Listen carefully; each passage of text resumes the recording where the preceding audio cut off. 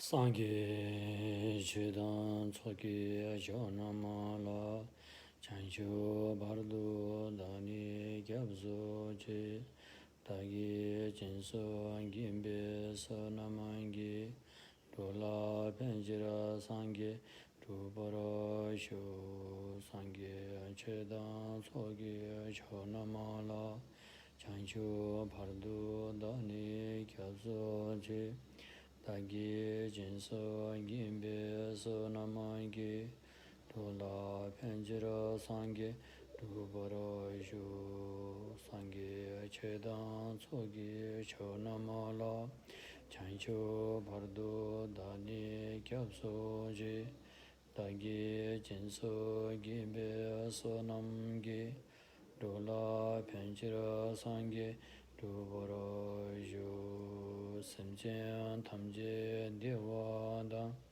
Devi gyudan denbarai gyuru ye Dungala dan Dungala gi gyudan talavarai gyuru ye Dungala mebe dewa dan Midavarai gyuru ye Yeriya chadan danda vetanyam la nemba gyuru ye Apanden tsawe lama rinpoche Dagi chivuro peme adenshu na Kadin chenpe gone jesonde Poson toge ngando Sandu solo sashi peche joshin meto tam Riraba lengshe nginde gyanpa di Sangi shindu mide buluwa yi Dukuna namda shindu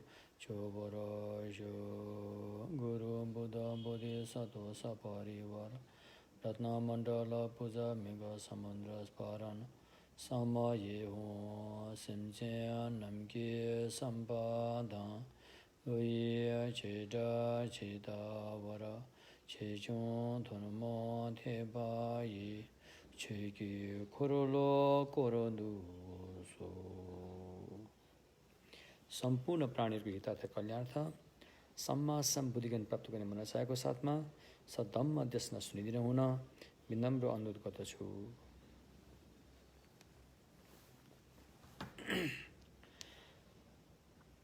Mahayana सूत्र अलङ्कारको धम्म देशना र धम्म देशना गर्नुभन्दा पहिला हिजो केही मित्र बन्धुहरूले केही प्रश्नहरू राख्नुभएको रहेछ। यो प्रवचनमा धेरै शब्दहरू अलिकति संस्कृतिहरू पढ्न गएकोले अलिक बुझ्न कठिनाइ भयो भन्ने कुराहरू आएको छ। त्यसमध्ये मैले यहाँ पञ्चखण्ड भन्ने शब्द बढी प्रयोग गरेको छु। पञ्चखण्ड भन्ने कुरा स्पष्ट रूपमा भन्दाखेरि पाली भाषामा पञ्चखण्ड भनिन्छ। पाली भाषा अलि बोल्न सजिलो भएकोले मैले त्यो प्रयोग गरिएको हो। संस्कृत भाषामा पञ्चस्कन्द भनिन्छ। भोट भाषामा फुङपोङ्गा भनिन्छ। अब फुङपो भनेको चाहिँ अब नेपाली भाषामा डङ्गुर थुप्रो राशि भन्ने अर्थ लाग्छ। यो डङ्गुर थुप्रो राशि चाहिँ 5 वटा छन् रे। सबभन्दा पहिला रूप स्कन्द सुगी फुङपो रे, रूपको पनि डङ्गुरै छ रे। त्यसपछि वेदना स्कन्द छोरोए फुङपो रे, संवेदनाहरूको पनि डङ्गुरै छन् रे। त्यसपछि संज्ञा स्कन्द दुषिकी फुङपो रे। अनि यो फलानु यो ढिस्कानु भने सोच्ने, यो किटाणका साथ तोक्ने खालका सोचहरूको पनि डङ्गुरै छन् रे। त्यसपछि संस्कार स्कन्द हैन, अब मन लागेको कुरा लिन त्यसतर्फ मन तानिनु, मन नपराएकोदेखि त्यहाँदेखि भाग्ने खालको मन उतातिर तानिनु भन्ने यस्तो कुराहरू त्यो चाहिँ अब दुजेकी फुङपो अर्थात् संस्कार स्कन्द हैन, त्यसको पनि डङ्गुरे छन् रे।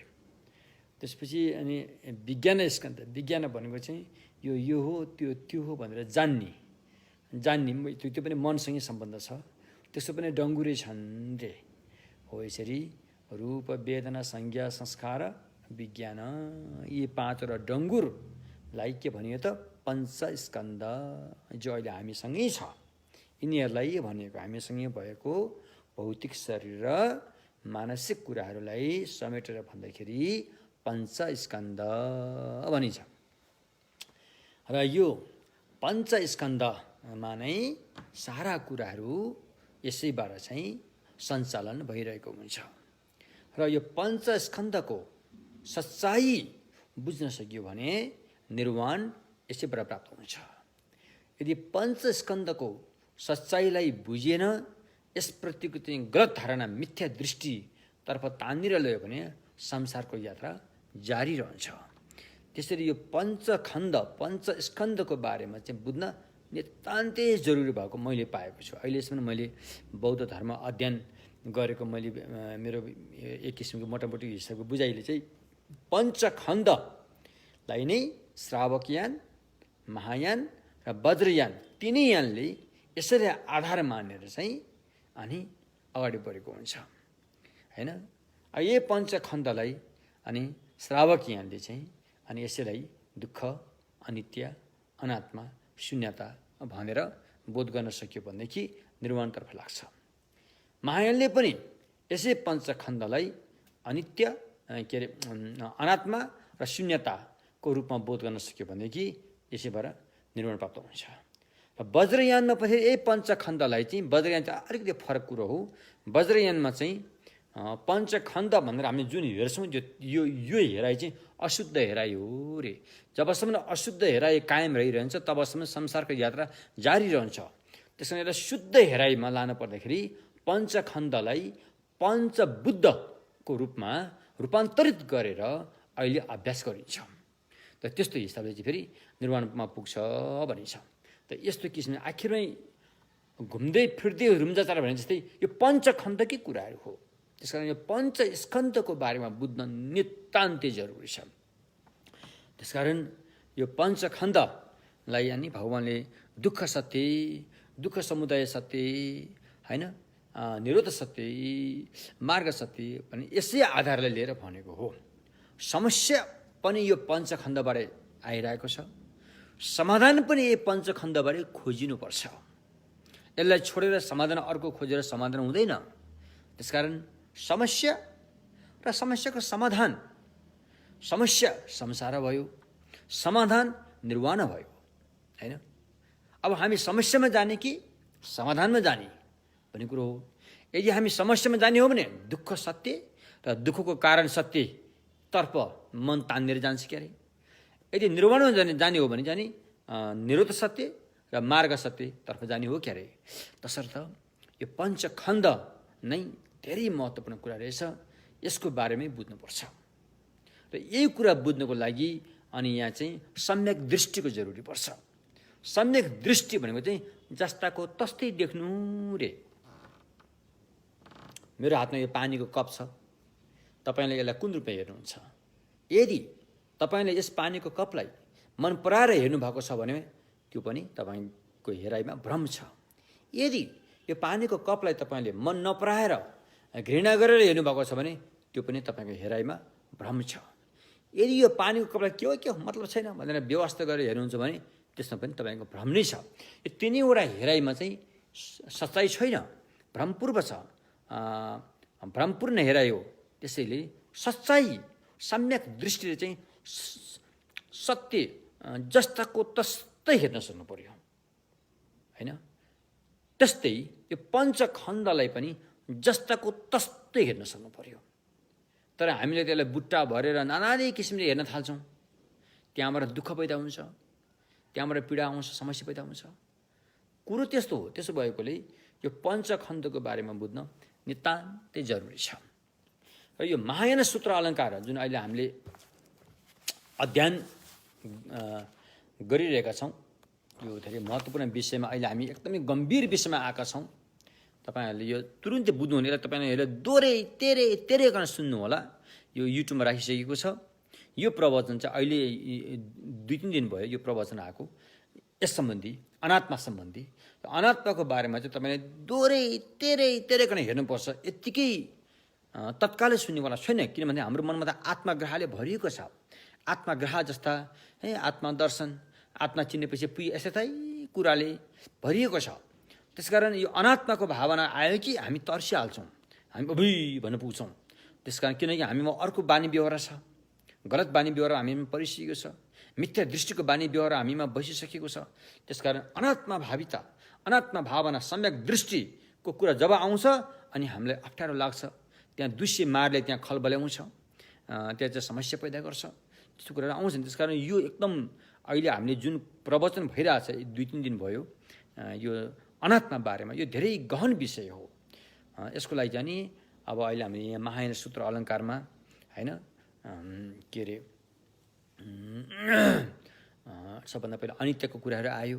जति पनि बनेका छन् या बनाइएका छन्, मैले यो बनेका छन् भनेको तात्पर्य चाहिँ चाहे त्यो प्रकृतिबाटै बनेको किन नहोस्, खोला नाला समुद्र हिमाल पहाड होइन, प्रकृतिबाटै अन्त प्रकृतिबाटै बने पनि काहीँ न काहीँ त्यहाँ प्राणीहरूको कर्मको सम्बन्ध चाहिँ छ।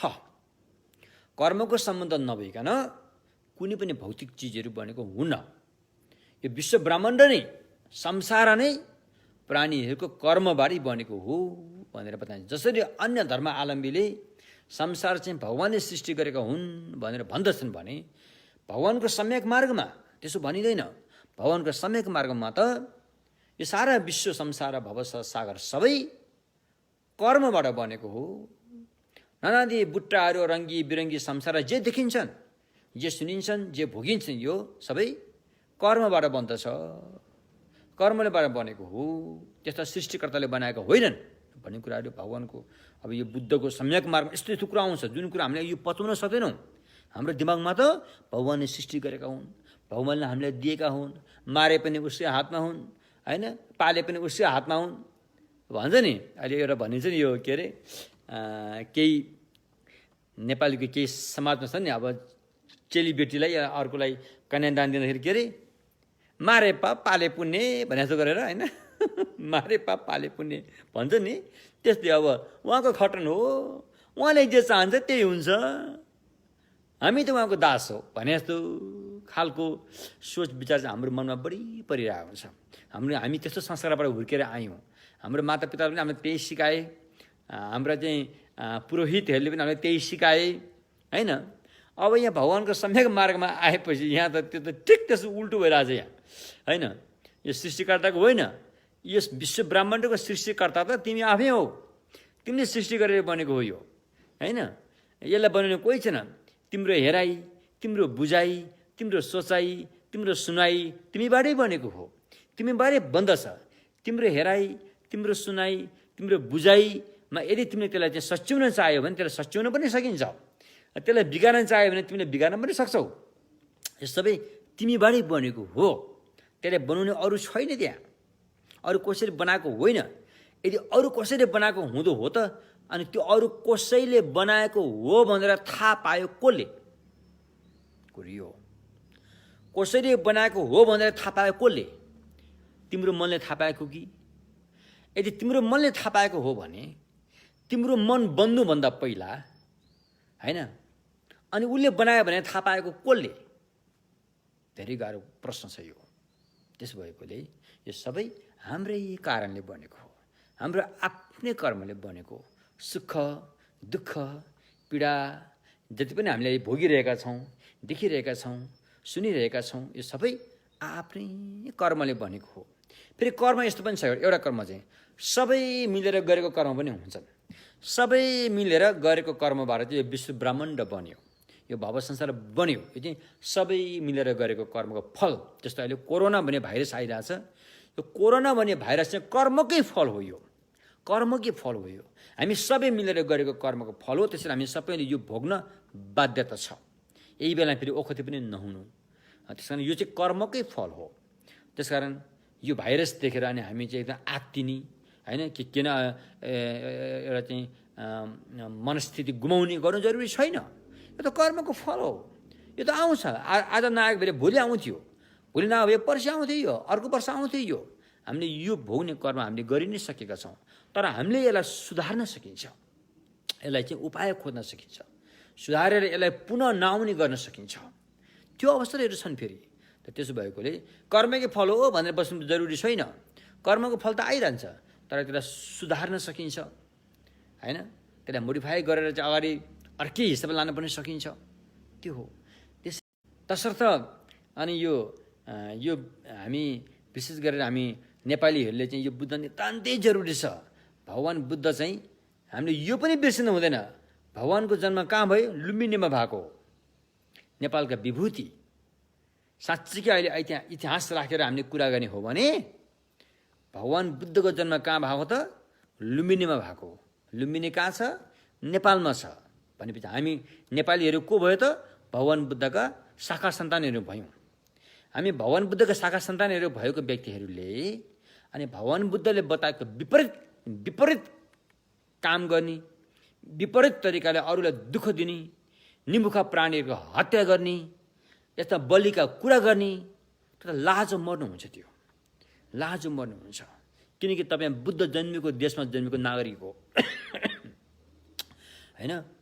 अब तपाईँले चाहिँ बुद्ध चाहिँ मेरो देशमा जन्मियो भनेर एउटा गर्वको साथ भन्नुहुन्छ नि त तपाईँले। त्यो भन्नलाई तिमीसँग के छ त भनेर अहिले सोध्यो भने के भने हो, हामी प्राणी हत्या गर्दैनौँ, हामी धर्मको नाममा प्राणी हत्या गर्दैनौँ, हामी अरूलाई सक्दो सहयोग दिन्छौँ, यदि सहयोग गर्न नसके पनि अरूलाई चोट पुर्याउँदैनौँ, त्यसैले हामी चाहिँ बुद्धका सन्तान हौँ भन्ने एउटा बुद्ध नेपालमा जन्मेको भन्नाले एउटा आधार त चाहियो नि। र हामीले पनि केही गरेको त्यहाँ देखाउनु पर्यो नि होइन। चाहे तपाईँ जुनै धर्म मान्नुहोस्, तपाईँ चाहे नेपालमा बसेर इस्लाम मान्नुहोस्, चाहे तपाईँ यो नेपालमा बसेर इसाई मान्नुहोस्, चाहे तपाईँ यो नेपालमा बसेर हिन्दू धर्म मान्नुहोस्, तपाईँ बुद्धको घरमा बस्नु भएको छ। तपाईँ बुद्धको घरमा बस्नु भएको छ। तपाईँ बुद्धको घरको शाखा सन्तानहरू हो। तपाईँ जुन धर्म माने पनि तपाईँ आफ्नो स्वतन्त्र हो, त्यसमा बुद्धले हस्तक्षेप गर्दैन। तर कमसेकम त्यो घरको एउटा इज्जत त राख्नु पऱ्यो नि, र इज्जत राख्नु पऱ्यो नि। त्यो घरमा रहेको मठ मन्त्रीहरूलाई सरसफाइ गरेर राख्नु पऱ्यो नि। त्यसलाई बुचर खाना त बनाउनु भएन नि त, त्यसलाई कसै खाना त बनाउनु भएन नि त होइन। त्यसकारण यो एकदमै हामी नेपालीहरूले बेलैमा बुद्धि पुर्याएर यो कुरा बुझ्न नितान्तै जरुरी छ।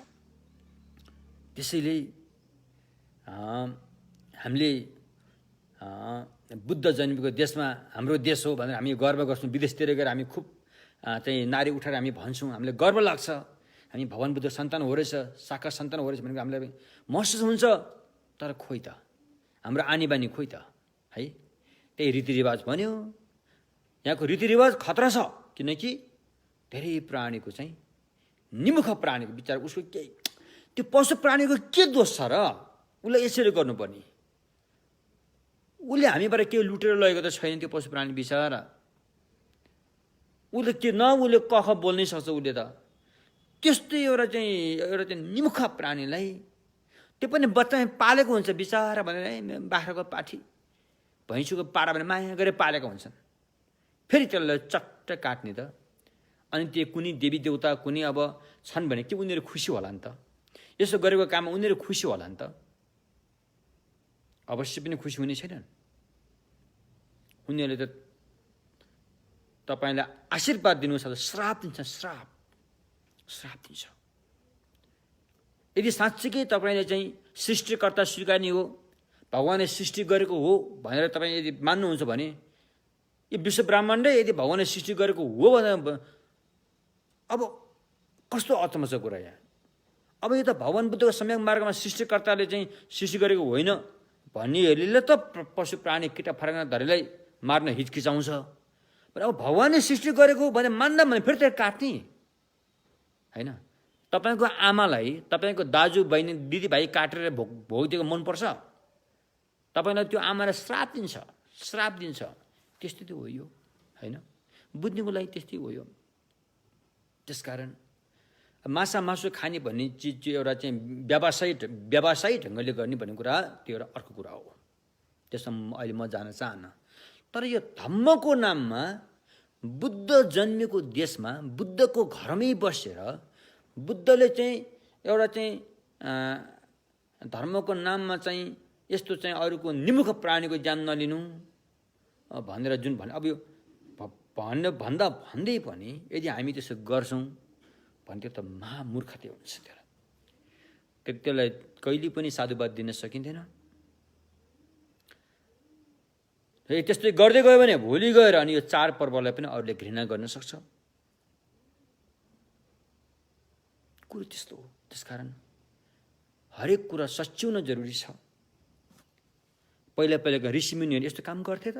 गर्दैन। उनीहरूले झुटो बोल्दैनथे, चोरी गर्दैनन्, हत्या गर्दैनन्, कसैलाई चोटपुने काम गर्दैनन्, अनि पो उनीहरू ऋषिमुनि भए त। यतिकै भाव हुन् र।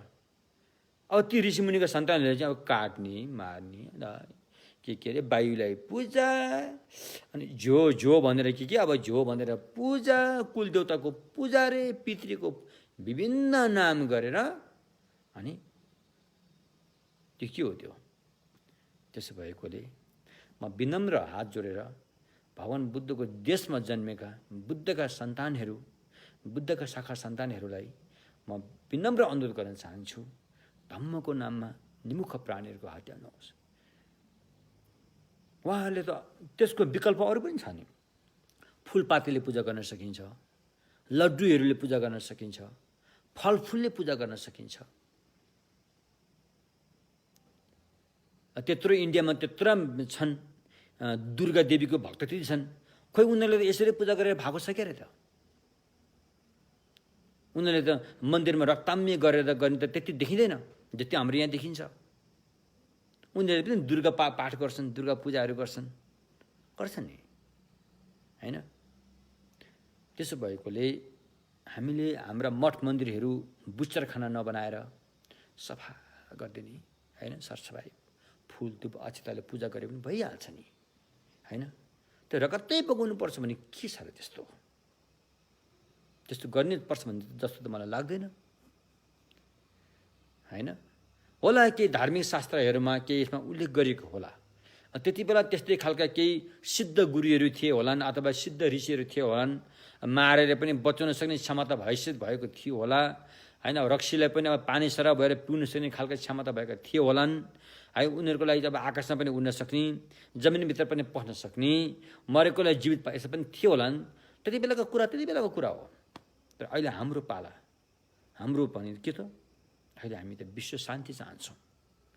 विश्वमा शान्तिको चाहिँ सन्देश दिने भगवान बुद्ध यहाँ जन्मेका हुन्। कहाँ? नेपालमा जन्मेका हुन्।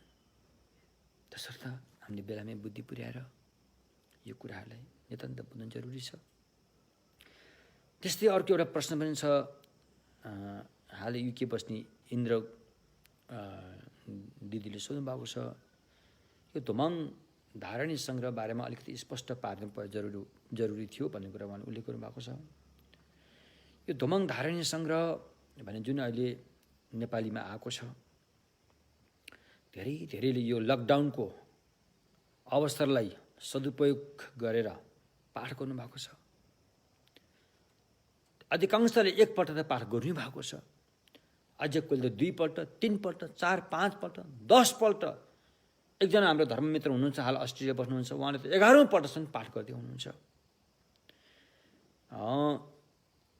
त्यो भित्र धोमाङ धारणी सङ्ग्रहभित्र महत्त्वपूर्ण विषयहरू त्यसमा समेटिएको छ। त्यसमा धन सम्पत्तिको सह कसरी राखिन्छ, दिगो सह कसरी राखिने भन्ने कुरा त्यसमा उल्लेख भएको छ। अरूले गरेको ब्ल्याक म्याजिकहरू, नराम्रो तन्त्र मन्त्र टुना जादुहरू कसरी रोक्ने, त्यसलाई कसरी परास्त गर्ने भन्ने कुराहरू त्यसमा उल्लेख गरेको छ। र साथै आयु छोटिएकाहरूको लागि आयुलाई दीर्घायु कसरी बनाउने भन्ने कुराहरू पनि त्यसमा प्रशस्तै उल्लेख भएको छ।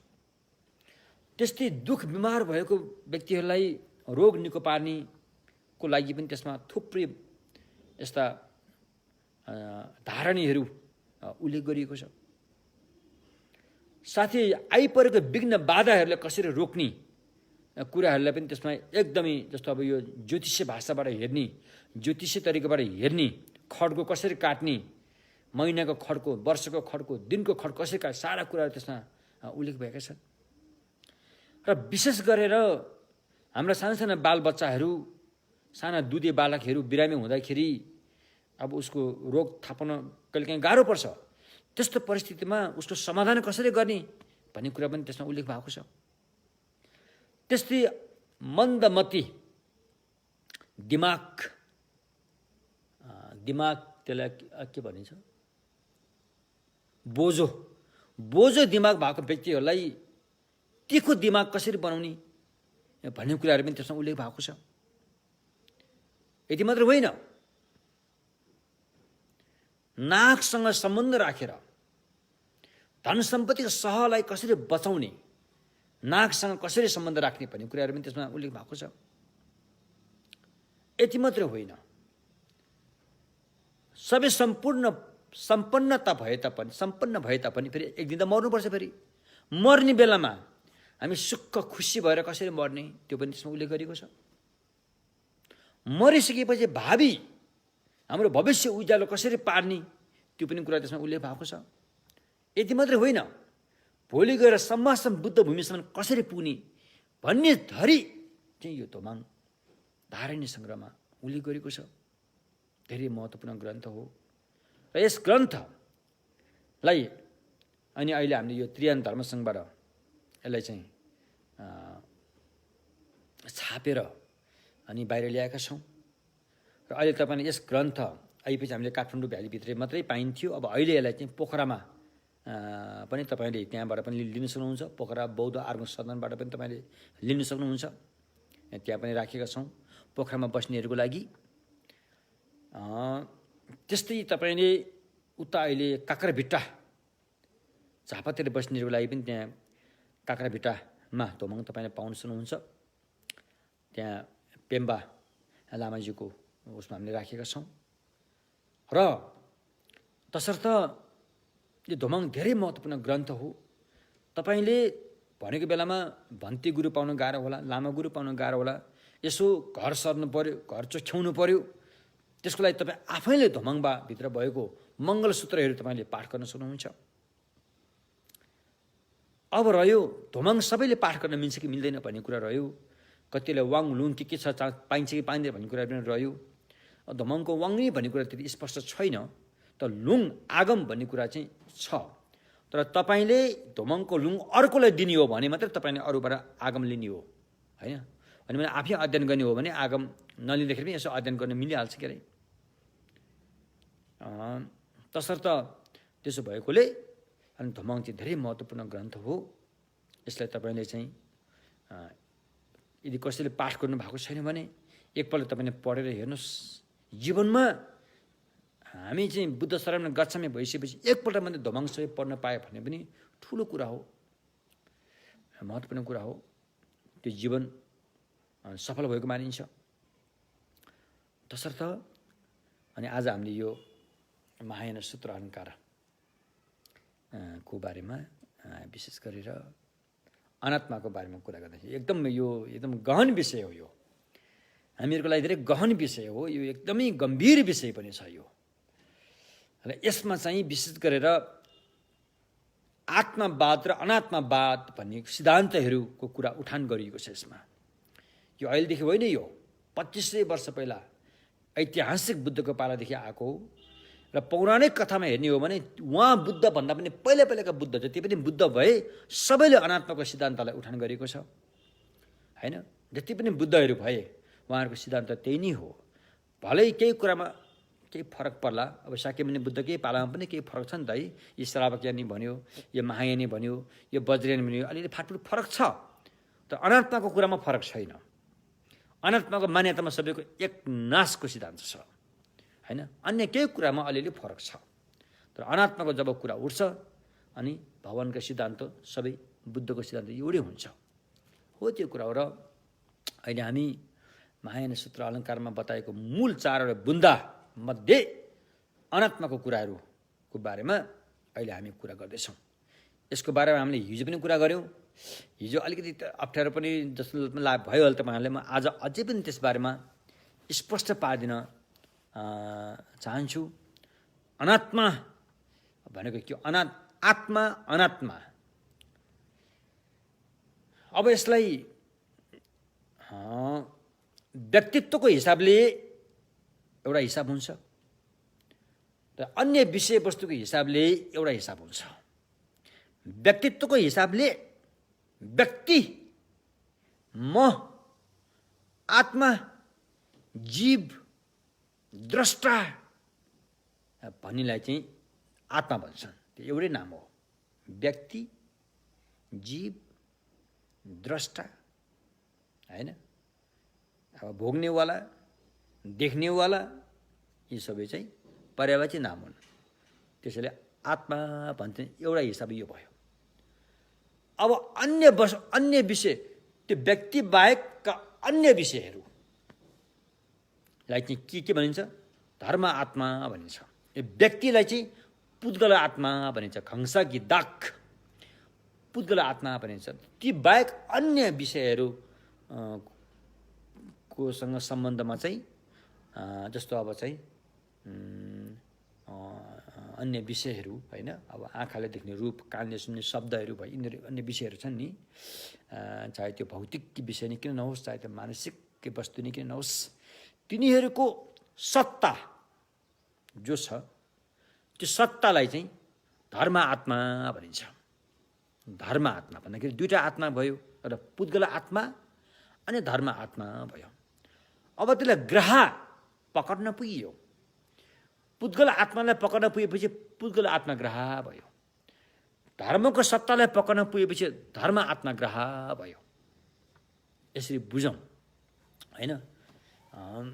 त्यसो भएकोले अब अहिले भगवानको सम्यक मार्गमा चाहिँ त्यस्तो आत्मा जुन हामीले अहिले पकडिरहेका छौँ, त्यो चाहिँ सच्चाइको हिसाबले हेर्ने हो भने, सम्यक दृष्टिको हिसाबले हेर्ने हो भने, सम्यक प्रज्ञाको आँखाले हेर्ने हो भने, हामीले भने जस्तो जुन हाम्रो सामान्य व्यक्तिले सोचे जस्तो त्यस्तो आत्मा चाहिँ छैन रे। त्यसलाई भनिन्छ अनात्मा। बुझ्यौ? अनि भगवानले हामीलाई सिकाउन खोज्नु भएको भने अनात्मा भने यो हो। हामीले जे सोचिरहेका हुन्छौँ, जे सुनेका हुन्छौँ, जे देखेका हुन्छौँ, सबै कुरो अधिकांश हामीले के मन मानिन्छौँ? सत्ता सिद्ध छ, वास्तविक छ, हैन? भन्ने खालको हिसाबले पक्र्न पुग्छौँ। त्यसलाई हामीले चाहिँ आसक्ति गर्न पुग्छौँ। आसक्ति गरेपछि अनि त्यसबाट हामीमा चाहिँ हैन, अब विभिन्न किसिमका अविद्या अज्ञानताहरू पैदा भएर आउने गर्छन्। त्यसरी अनि भगवानको सम्यक मार्गमा चाहिँ हामीले पक्रेको जस्तो त्यस्तो चाहिँ त्यहाँ छैन है। तिमी भ्रम परिएका छौ, तिमी भ्रम परिएका छौ। कसरी भ्रम परेका छौ? बुढी आमा जस्तै भ्रम परेका छौ रे। बुढी आमा रे, एउटा बुढी आमाले चाहिँ पोहोरको साल त्यो खोला तर्दाखेरि उनीको चप्पल बगाएछ नि। र यो सालमा पनि ती बुढी आमा फेरि त्यही खोला तर्न पुग्दाखेरि अनि ती बुढी आमाले के भनिन्? यही खोलाले मेरो पोहोर साल चप्पल बगाएको हो नि त भनेर भनिन्। किनकि ती बुढी आमा भ्रम परिन्। किनकि पोहोरको साल चप्पल बगाउने पानी त कहाँ पुग्यो नि। तर त्यस्तै अहिलेको सालको पानी पनि उतै देखिएकोले यही खोलाले, यही पानीले मेरो चप्पल बगायो उहाँले भनिन्। भने जस्तै हामीले पनि भ्रम परेर एउटा अजर अमर अविनाशी आत्मा छ भन्ने एउटा त्यो पकड्न पुगियो। त्यसलाई भनिन्छ पुद्गल आत्मग्रह अरे। बुझ्नुभयो नि? हो त्यस्तो पुद्गल आत्मग्रहले पकडेको जो आत्मा भनिन्छ, जीव भनिन्छ, जो चाहिँ एउटा चाहिँ व्यक्ति भनिन्छ, त्यो चाहिँ काम चलाउको हिसाबले छ। तर हामीले सोचे जस्तो त्यहाँ छैन। हामीले के सोच्छौँ? त्यो आत्मा पनि त एउटै छ, ढिक्को छ, अविनाशी छ, त्यो द्रव्यसत छ, त्यो कहिले पनि तलमाथि पर्दैन, बदलिँदैन, नित्य छ भनेर विभिन्न बुट्टा भएर नै हामीले त्यसलाई स्वीकारेका हुन्छौँ। त त्यस्तो आत्मा चाहिँ छैन रे। त्यस्तो आत्मा नहुँदै पनि म आएँ, म गएँ, म बसेँ, मैले काम गरेँ, हैन भनेर म भन्ने एउटा चाहिँ लोक ख्याति, लोकको चलनमा प्रयोग भएको छ। यो त्यो प्रयोग हुनु पनि पर्छ। त्यस्तो त स्वीकार्नै पर्छ, हैन? त्यति स्वीकार्दैमा तपाईँलाई हानि हुँदैन, नोक्सान हुँदैन, बरु त्यसले तपाईँलाई फाइदा नै दिन्छ। तर त्यसको सीमा नागेर अजर अमर मरेपछि फुत्त निस्केर जाने जस्ता यस्ता कुराहरूको चाहिँ तपाईँले सोध्न थाल्नुभयो भने त्यो आत्मग्रह हुन्छ। त्यो दुःखको कारण बन्छ, दुःखलाई उत्पन्न गर्ने मेन कारण बन्न जान्छ। त्यसलाई भनिन्छ सत्काय दृष्टि। तसर्थ अहिले हामी यहाँ भगवानको सम्यक मार्गमा अनात्माको बारेमा कुरा गर्दैछौँ। अनात्माको बारेमा कुरा गर्दाखेरि भगवान अब हाम्रा गुरु, हाम्रा महान गुरु को त? शाक्यमुनि बुद्ध। हाम्रा गुरु शाक्यमुनि बुद्धले अनात्माको बोध गराउनको लागि यो पञ्चखण्डलाई प्रयोग गर्नुभयो। किनकि एउटा अनपढ गवारदेखि लिएर पढेका महान पण्डित जसुकै होस् विद्वान सबैले म भने त यही पञ्चखण्डलाई नै आधार मानेर भन्दा रहेछन्, होइन? यही भौतिक शरीर, यही मानसिक वस्तुलाई नै आधार मानेर म भन्दा रहेछन्। तर यो पञ्चखण्ड स्वयं त म होइन। किनकि यदि पञ्चखण्ड पाँचवटा स्कन्द म आत्मा हुँदो हो त यसको वास्तविकता र हाम्रो बुझाइ मिल्नु पर्थ्यो। त्यो त मिल्दो रहेछ। हामीले आत्मा म भनेर हाम्रो बुझाइमा के छ त? आत्मा एउटा हुनुपर्छ, आत्मा अजर अमर हुनुपर्छ, आत्मा नित्य हुनुपर्छ भने हाम्रो बुझाइ त्यो छ, हामीले भनेर ठानेका त्यो छ। तर पञ्चखण्ड के छ? यो त अनित्य छ, यो त बदलिन्छ स्वभावको छ, यो त एउटा पनि होइन, टुक्रा टाक्री भएर चाहिँ अब विभिन्न किसिमले यो त बनेको डङ्गुरो हो, यो थुप्रो हो। यो भनेपछि पञ्चखण्ड पञ्चस्कन्द त म भन्ने एउटा नाम मात्रै राखेको हो, त्यो बाहेक त्यसमा केही पनि छैन भन्ने कुरा यो बुझ्न पर्यो। अब यो बुझ्नको लागि यसलाई पुष्टि गरेर राम्रोसँग यो स्वीकार गरेर यदि सोल्युसन नै यो यसलाई स्वीकार गर्नको लागि अब होइन, जुन हामीले आएपछि के भन्ने गरेका थियौँ? मरेपछि हामीसँग अजर अमर आत्मा छ, यहाँबाट फुत्त निस्केर गएर अर्को चोलामा सर्छ भन्ने एउटा धारणा छ, भनाइ छ, जुन हामीले भन्दै आएका छौँ। त्यो पनि गलत। भगवानको सम्यक मार्गमा यहाँबाट मरेर सरेर जाने चिज केही पनि छैन। यो कुरा बुझ्नुपर्छ पहिले फेरि। यहाँबाट मरेर सरेर जाने चिज केही पनि छैन। यहाँबाट मरेर सरेर जाने चिज केही छ भने त्यो पहिल्यै त्यहाँ हुनुपर्छ। त्यहाँ उपस्थित भएको चिज नै सत्त सरेर त्यहाँ पुग्नुपर्ने हो। त्यसरी सरेर पुग्ने भने चाहिँ केही पनि छैन अरे। जे जति यहाँ छ यो सबै यही चोलामा नै समाप्त हुन्छ। अनि अर्को चोला हुँदैन, अर्को चोला हुन्छ फेरि। कसरी भन्दाखेरि जब यो समाप्त हुन्छ त्यति बेला यसले एउटा बिउ रोपेर जान्छ, अर्को चोलाको बिउ रोपिदिन्छ। त्यसले बिल्कुलै नयाँ बिरुवा अर्को चोला पैदा गर्छ। यो त्यहाँ सरेर गएको होइन, यही जुनको जे छ त्यो त्यहाँ सरेर गएको त्यो त केही पनि छैन। यहाँ जे छ पञ्चखण्ड मात्रै छ। यही पञ्चखण्ड पञ्चस्कन्धको जुन डङ्गुरो राशि जो छ यसमध्ये एउटा मन पनि छ। यहाँ त्यो मनमा चाहिँ कर्मको छाप छ। त्यो कर्मको छापले चाहिँ अर्को चोलाको बिउ रोपिदिन्छ र अर्को चोला पैदा हुन्छ। सरेर गएको त होइन। भगवानको सम्यक मार्गमा बुद्धले यसरी बताउनु भयो, होइन? र त्यसकारण अर्को चोला हुनलाई अहिले हामीलाई कतिपय मित्रहरूले, अन्य धर्मका मित्रहरूले, क्रिस्चियन र इस्लामीहरू मात्रै सोधेको छैन, विशेष गरेर हिन्दू धर्मका मित्रहरूले सोध्नुहुन्छ, यो तपाईँले बौद्ध धर्ममा के हो? आत्मा पनि छैन भन्छौ, अर्को चोला पनि मान्छौ, कसरी भयो त यो भनेर उहाँले भन्नुहुन्छ। हामीलाई पनि यही प्रश्न आउँछ, कसरी भयो यो? तपाईँहरूको सिद्धान्तमा आत्मा अजर अमर पनि मान्छौ, नित्य पनि मान्छौ, नबदलिने पनि मान्छौ, फेरि अर्को चोला लिन्छ भने भन्छौ, त्यो कसरी भयो त? त्यो हामीलाई पनि त्यही आइरहेछ कुरा। जसरी तपाईँले हामीले यता भन्नुहुन्छ त्यही खुल्दुली हामीलाई पनि तपाईँहरूको सिद्धान्तलाई लिएर त्यो खुल्दुली हामीलाई पनि आइरहेछ। आत्मा कहिले नबदलिने पनि भन्छौ, के अरे त्यसले कुनै पनि मतलब त्यो नित्य पनि छ भन्छौ, फेरि त्यो सर्छ काम गर्छ पनि भन्छौ, होइन बाबा? जब त्यो नित्य छ, अपरिवर्तित छ, त्यो नबदलिने खालको छ भने त्यो अवस्थाबाट अर्को अवस्थामा त्यो कसरी, मतलब त्यसले त्यसको फङ्सन कसरी हुन्छ भन्ने कौतूहलता हामीमा पनि छ। जसरी तपाईहरुले भन्नुहुन्छ कि अझ अमर आत्मा नमन्दाखेरि पनि यो चोलाबाट अर्को चोला लिन्छौ अथवा कुनै औतरी आए पनि भन्छौ, त्यो कसरी भयो भनेर तपाईहरुलाई कौतुकता छ, त्यस्तै कौतुकता यता पनि छ, नभएको होइन। तर यता त गतिलो जवाब छ, भगवानको सम्यक मार्गमा त गतिलो जवाब छ। त्यो गतिलो जवाब के छ भन्दाखेरि यो चोलाबाट अर्को चोलासँग पुग्दाखेरि कुनै पनि चिज नसर्दाखेरि पनि अर्को चोला हुन्छ। कसरी हुन्छ? त्यहाँ हुने नियम छ। त्यो नियम त भनिन्छ प्रत्यक्ष समुत्पातको नियम। प्रत्यक्ष समुत्पातको नियमबाट नै यो चोलाबाट अर्को चोलासँग हुन्छ, सरै जाने केही छैन।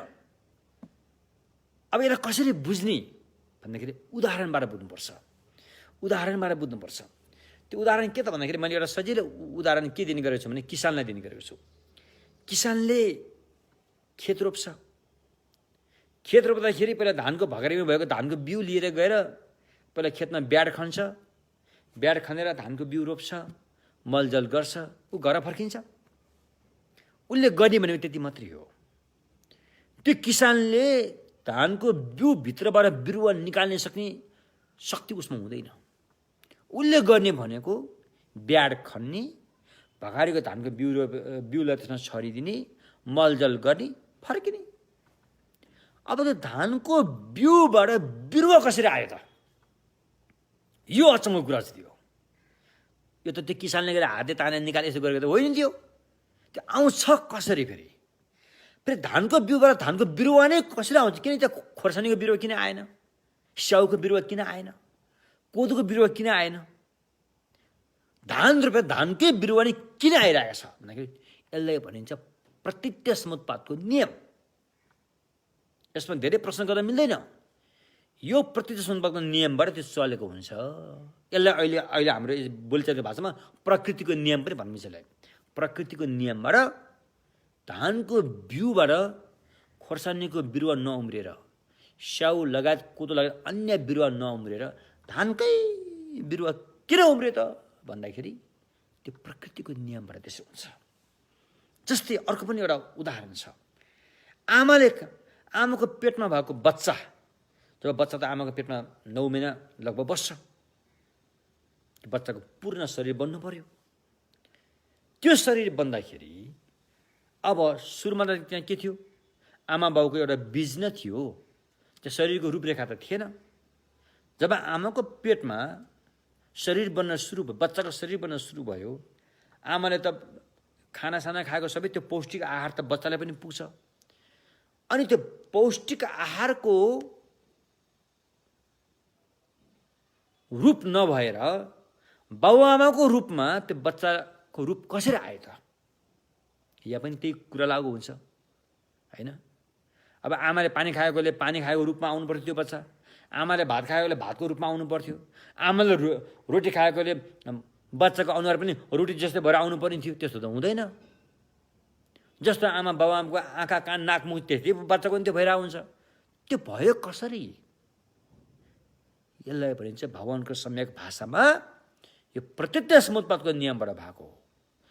अब प्रत्यक्ष समुत्पातको नियम भनेको अर्थ के त भन्दाखेरि कर्म हेतु फल, त्यो कुरा आउँछ। कर्म हेतु फलबाट त्यो हुन्छ। त्यो किन भयो त भनेर धेरै प्रश्न गर्न मिल्दैन यसमा। यसलाई चाहिँ धर्मता छुइकी रिक्पा धर्मता युक्तिसँग भनिन्छ। किनकि आगोले पोल्यो भने किन पोल्यो भनेर धेरै प्रश्न गर्न मिल्दैन। किनकि त्यो आगो हो भन्ने मात्रै हो। आगोको काम नै पोल्ने, डराउने, राख पार्ने हो होइन? आगोले किन पोल्यो भनेर धेरै भन्न मिल्दैन, धेरै सोध्न मिल्दैन। पानी किन गिलो भयो भनेर धेरै सोध्न मिल्दैन। किनकि त्यसको चाहिँ प्रकृतिको नियम नै त्यही हो होइन? तसर्थ यो पञ्चखण्ड जो छ यहाँबाट मरेर अर्को चोला लिँदाखेरि यहाँ भएको चिज केही पनि सरेर जानेवाला छैन। नसरे तापनि जसरी आँप खाएर, पाकेको आँप खाएर आँपको कोया भित्रको गुदी जमिनमा गाडिदियो भने त्यहाँबाट बिल्कुलै आँपको बिरुवा फल्छ। त्यो आँपको कोया सरेर बिरुवामा गएको होइन। आँपको कोया चाहिँ बिरुवामा कहिले पनि जाँदैन। आँपको कोया फरक चिज हो, बिरुवा फरक चिज हो, पुरै फरक तत्त्व हो त्यो। तर पनि जब त्यो आँपको कोया सही ठाउँमा पुग्छ, त्यहाँ मलजल पर्छ भने त्यसबाट बिल्कुलै नसरिकनै नयाँ बिरुवा उत्पत्ति हुन्छ। एवं प्रकारले यो जुनीमा भएको जति पनि पञ्चखण्ड पञ्चस्कन्धसँग सम्बन्धित जति पनि छन्, कर्म क्लेश राग रिस मोह जति पनि छन्, सबै यहाँबाट सरेर जाने होइन कि यसले यो यहीँ समाप्त हुन्छ, तर यसले बिल्कुलै नयाँ शक्ति छोडेर नयाँ बिउ रोपेर गएको हुन्छ। मतलब एउटा बिउ रोपेर गएको हुन्छ, त्यसले बिल्कुलै नयाँ बिरुवा नयाँ चोला उत्पन्न गर्छ। त्यो कसरी भयो त भन्दाखेरि प्रत्यक्ष समुत्पादनको नियमबाट भयो। दायाँ भएपछि बायाँ भयो, बायाँ भएकोले दायाँ भयो, अल्को भयो भने होचो भयो, होचोले अल्को भयो, लाम्चोले छोटो, छोटोले लाम्चो, यी सबै प्रत्यक्ष समुत्पादनको नियमबाट हुन्छन्। छोरा भएपछि आमा भयो, आमा भएपछि छोरा भयो, होइन? छोरी भएपछि बाउ भयो, बाउ भएपछि छोरी हुन्छ। यस्तो कुरो सबै अन्योन्य आश्रित, म्युचुअल इन्टरडिपेन्डेन्ट, अन्योन्य आश्रित भएर भइरहेको हुन्छ। भने अब भगवानको सम्यक मार्गबाट जसले आत्मा सरै जान्छ त्यसमा प्रश्न उठ्छ। अब अजर अमर अविनाशी नबदलिने नित्य आत्मा यो चोला भएर अर्को चोलासम्म कसरी जान्छ त? त्यसको मुभमेन्ट, त्यसको फङ्सन कसरी हुन्छ? जुन चिज बदलिँदैन, होइन? यदि त्यसमा तलमाथि भयो भने त्यो त बदलिनु पर्छ। नबदलिकन त्यो सर्छ कसरी? यो बौद्धहरूले आत्मा सर्छ भन्ने सिद्धान्तलाई यो प्रश्न उठाएको हुन्छ। बुझ्नु भने के? त्यसो भएकोले अनि यस्ता आत्मा मान्ने सिद्धान्तहरूले त अर्को चोला मान्नै सक्दैन। अर्को चोला हुन्छ भनेर त्यसलाई पुष्टि गर्नै सकिँदैन। कसैले पुष्टि हुन्छ जबकि आत्मा सर्नै सक्दैन, किनकि त्यो नबदलिने खालको छ, त्यसको फङ्सनै हुँदैन। भने त्यसले अर्को चोला लिन्छ कसरी? कसरी लिन्छ अर्को चोला? कसरी लिन्छ अर्को चोला? अहिले हामी एउटा चाहिँ बौद्धिक स्तरको एउटा तर्क वितर्कलाई युक्तिसङ्गतलाई प्रयोग गरेर कुरा गर्दैछौँ, होइन? त्यसकारण अर्कोलाई विरोध गरेको त्यस्तो कुरा होइन। यो एउटा सच्चाइको चाहिँ एउटा चाहिँ के हो त्यसलाई हामीले अहिले खोज्दैछौँ। सच्चाइको खोजी हुँदैछ, होइन? त्यसकारण वास्तविकता के हो, यस सम्बन्धमा बुद्धले के भन्छन्, यस सम्बन्धमा अन्य वादीहरूले के भन्छन्, भन त भन्छन्, भनेकोमा ठोस प्रमाण के छ,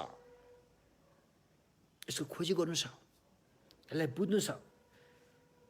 त्यसकारण यो अनात्माको बारेमा हामीले नितान्त बुझ्न जरुरी छ। तसर्थ अहिले हामी त्यही कुरामा आएका छौँ।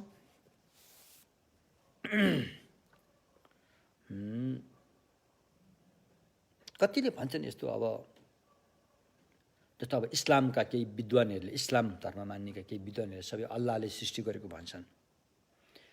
यसले अल्लाहले सृष्टि गरेको नहुँदो हो त? आमाको पेटमा भएको त्यो बाबुआमाको बीज अन्डा मान्छेको रूपमा कसरी आयो त? कसले गरायो त त्यो भन्ने प्रश्न उनीहरूको पनि छ। त्यो अल्लाहले गरेर आएको हो, किन त्यहाँ एन्सर उत्तर छैन नि त, सही उत्तर। उत्तर नपाएपछि त अब अल्लाहको टाउकोमा हालिदिएपछि त सबै कुरा समाधान भयो। अल्लाहले गरेर आएको हो भन्ने भयो। अथवा कुनै कसैले भगवान् परमेश्वर, अब जस्तै क्रिस्चियनहरूले परमेश्वर मान्छन्, उनीहरूले पनि त्यति बेला त्यो पनि यसले गरेर आएको भन्ने हुन्छ। तर भगवानको सम्यक मार्गमा, भगवान् बुद्धको समयमा एकदम यो चाहिँ वैज्ञानिक स्तरको सम्यक मार्गमा चाहिँ त्यो कुनै त्यसो सर्वश्रेष्ठले बनाएको होइन कि त्यो प्रत्यक्ष समुत्पादको नियमबाट नै त्यो बन्दै गइरहेको हुन्छ। जसरी किसानले खेतमा ब्याड गोडेर धानको बिउ रोप्यो, मलजल गरेर घर फर्क्यो, जसरी धानको बिउबाट त्यो टुसाको रूपमा कसरी आयो, त्यो कसरी आयो त्यो भन्ने चाहिँ प्रत्यक्ष समुत्पादको नियमबाट आएको हो भनेर भगवानको सम्यक मार्गमा चाहिँ यसरी भनिन्छ। अब त्यसमा अरूहरूले चाहिँ अरू कुराहरू भन्लान्, त्यो आफ्नो भने आफ्नो ठाउँमा छ। त्यो कतिको प्रमाणित छ, के प्रमाण छ पुष्टि गर्नलाई, त्यो आफ्नो ठाउँमा छ, होइन? तर बुद्धको सम्यक मार्गमा चाहिँ यसरी बताइन्छ। अब हामी मूल विषयमा जाउँ, आजको महायान सूत्र अलङ्कारको मूल विषयमा।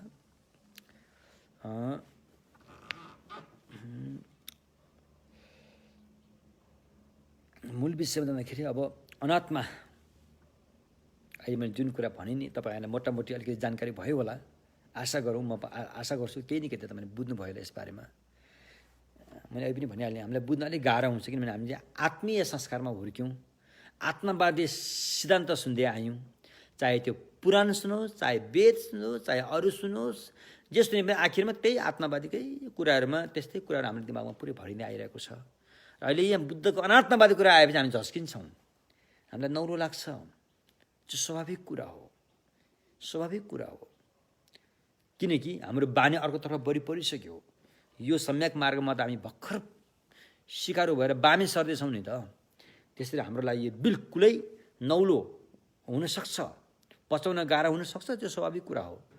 जब तपाईँलाई यसतर्फ बानी पर्दै गयो, जब तपाईँले यसको प्रमाणहरू तपाईँले पाउँदै गयो भने तपाईँले यो कुरा स्वीकार्नु सजिलो छ। जस्तै एउटा मान्छेले यो घरको पल्लोपट्टि एउटा आवाज आयो, एउटाले भने ए यो त बाख्राको कराएको भन्यो, अर्कोले भन्यो ए यो त मुजुर कराएको भन्यो भने, अनि जसले बाख्रा करायो भने त बाख्रै ल्याएर अगाडि राखेपछि त मान्नु पऱ्यो नि त, बाख्रा हो रहेछ, मुजुर होइन रहेछ भन्ने कुरा मान्नु पऱ्यो नि त। त्यस्तै सच्चाइको खोजी गर्नु छ, सच्चाइको पत्ता लगाउनु छ, न कि हाम्रो धर्मशास्त्रले भनेको भरमा, न कि हाम्रो गुरुहरूले भनेको भरमा, न कि हाम्रो रीतिरिवाजमा चलेको भरमा, बरु यहाँ त आफ्नो दिमाग, विवेक, विचारलाई प्रस्तुत गरेर, किनकि मानवसँग यस्तो विचार विवेक छ जुन पशु प्राणीमा धेरै गाह्रो छ। पशु प्राणी र मानवमा यही फरक छ, मानवमा विवेक र विचारहरू छ। यो विवेक र विचारलाई चाहिँ गलत ढङ्गले प्रयोग गर्यो भने यसले संसारै ध्वस्त पार्छ गरी, तर यही विवेक र विचारलाई सही ढङ्गसँग प्रयोग गर्यो भने संसारलाई स्वर्ग पार्छ, यही स्वर्ग बनाइन्छ। त्यस्तो खालको शक्ति क्षमता मानवमा छ। त्यही भएर भगवान बुद्धले घोषणा गर्नुभयो, देउता भन्दा पनि मानव चोला चाहिँ श्रेष्ठ छ अरे।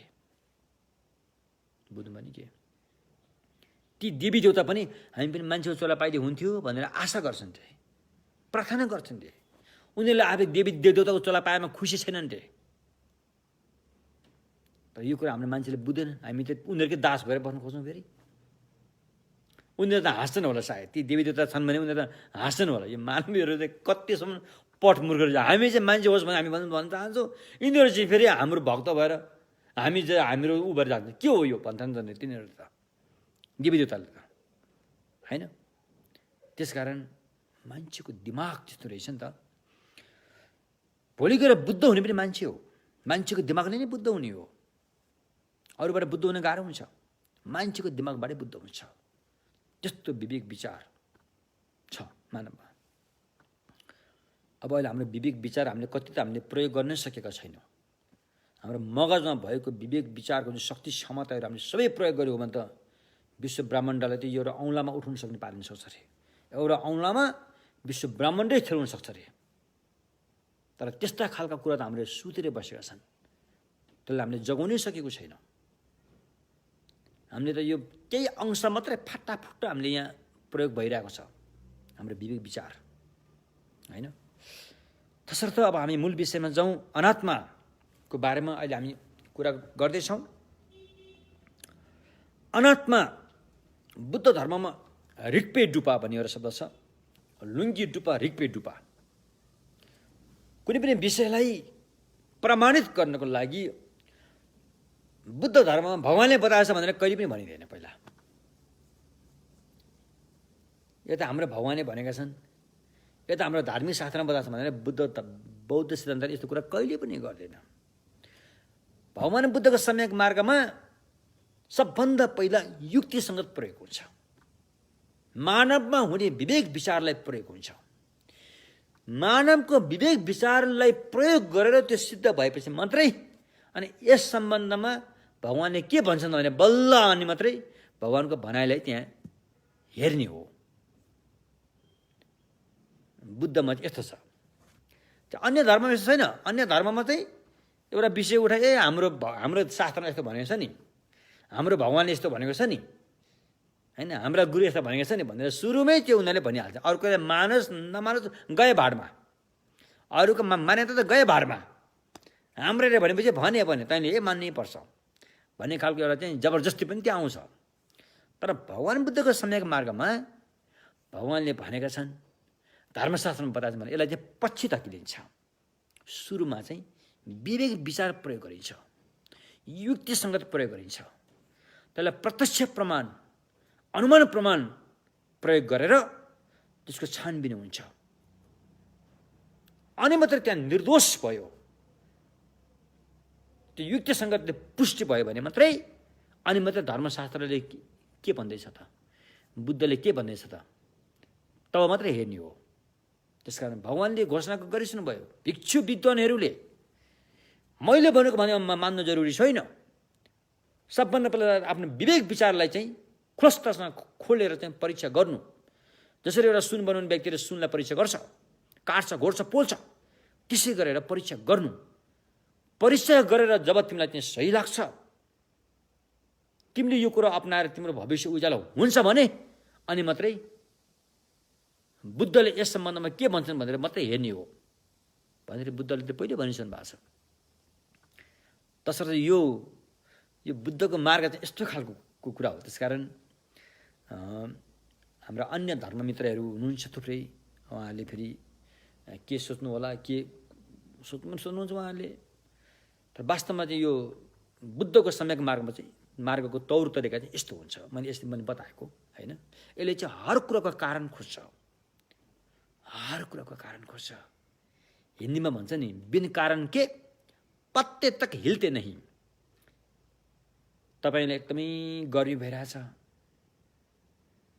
र रुखको छारेमा बस्नु भएको छ, सिरिर हावा आएर तपाईँ बसेको ठाउँमाथि रुखको पत्ता हल्लियो भने त्यसको पनि थुप्रै कारण छ।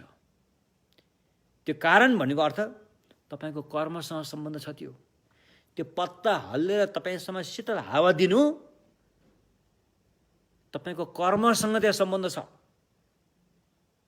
भन्ने कुरा मान्छ। बुद्धले यसरी बताउनुहुन्छ। त्यसो भएकोले अनात्माकोले सबभन्दा पहिला रिक्पे डुब्जे युक्तिसङ्गत प्रयोग गरेर प्रमाणित गर्नुपर्छ। युक्तिसङ्गत भनेको के हो त भन्दाखेरि अक्कल प्रयोग गर्नु। अक्कल चाहिँ अहिले हाम्रो ठेट पर्वतीय नेपाली भाषामा अक्कल, यो त अक्कलमन्द छ भन्छ नि, यसमा अक्कल छ, युक्ति छ।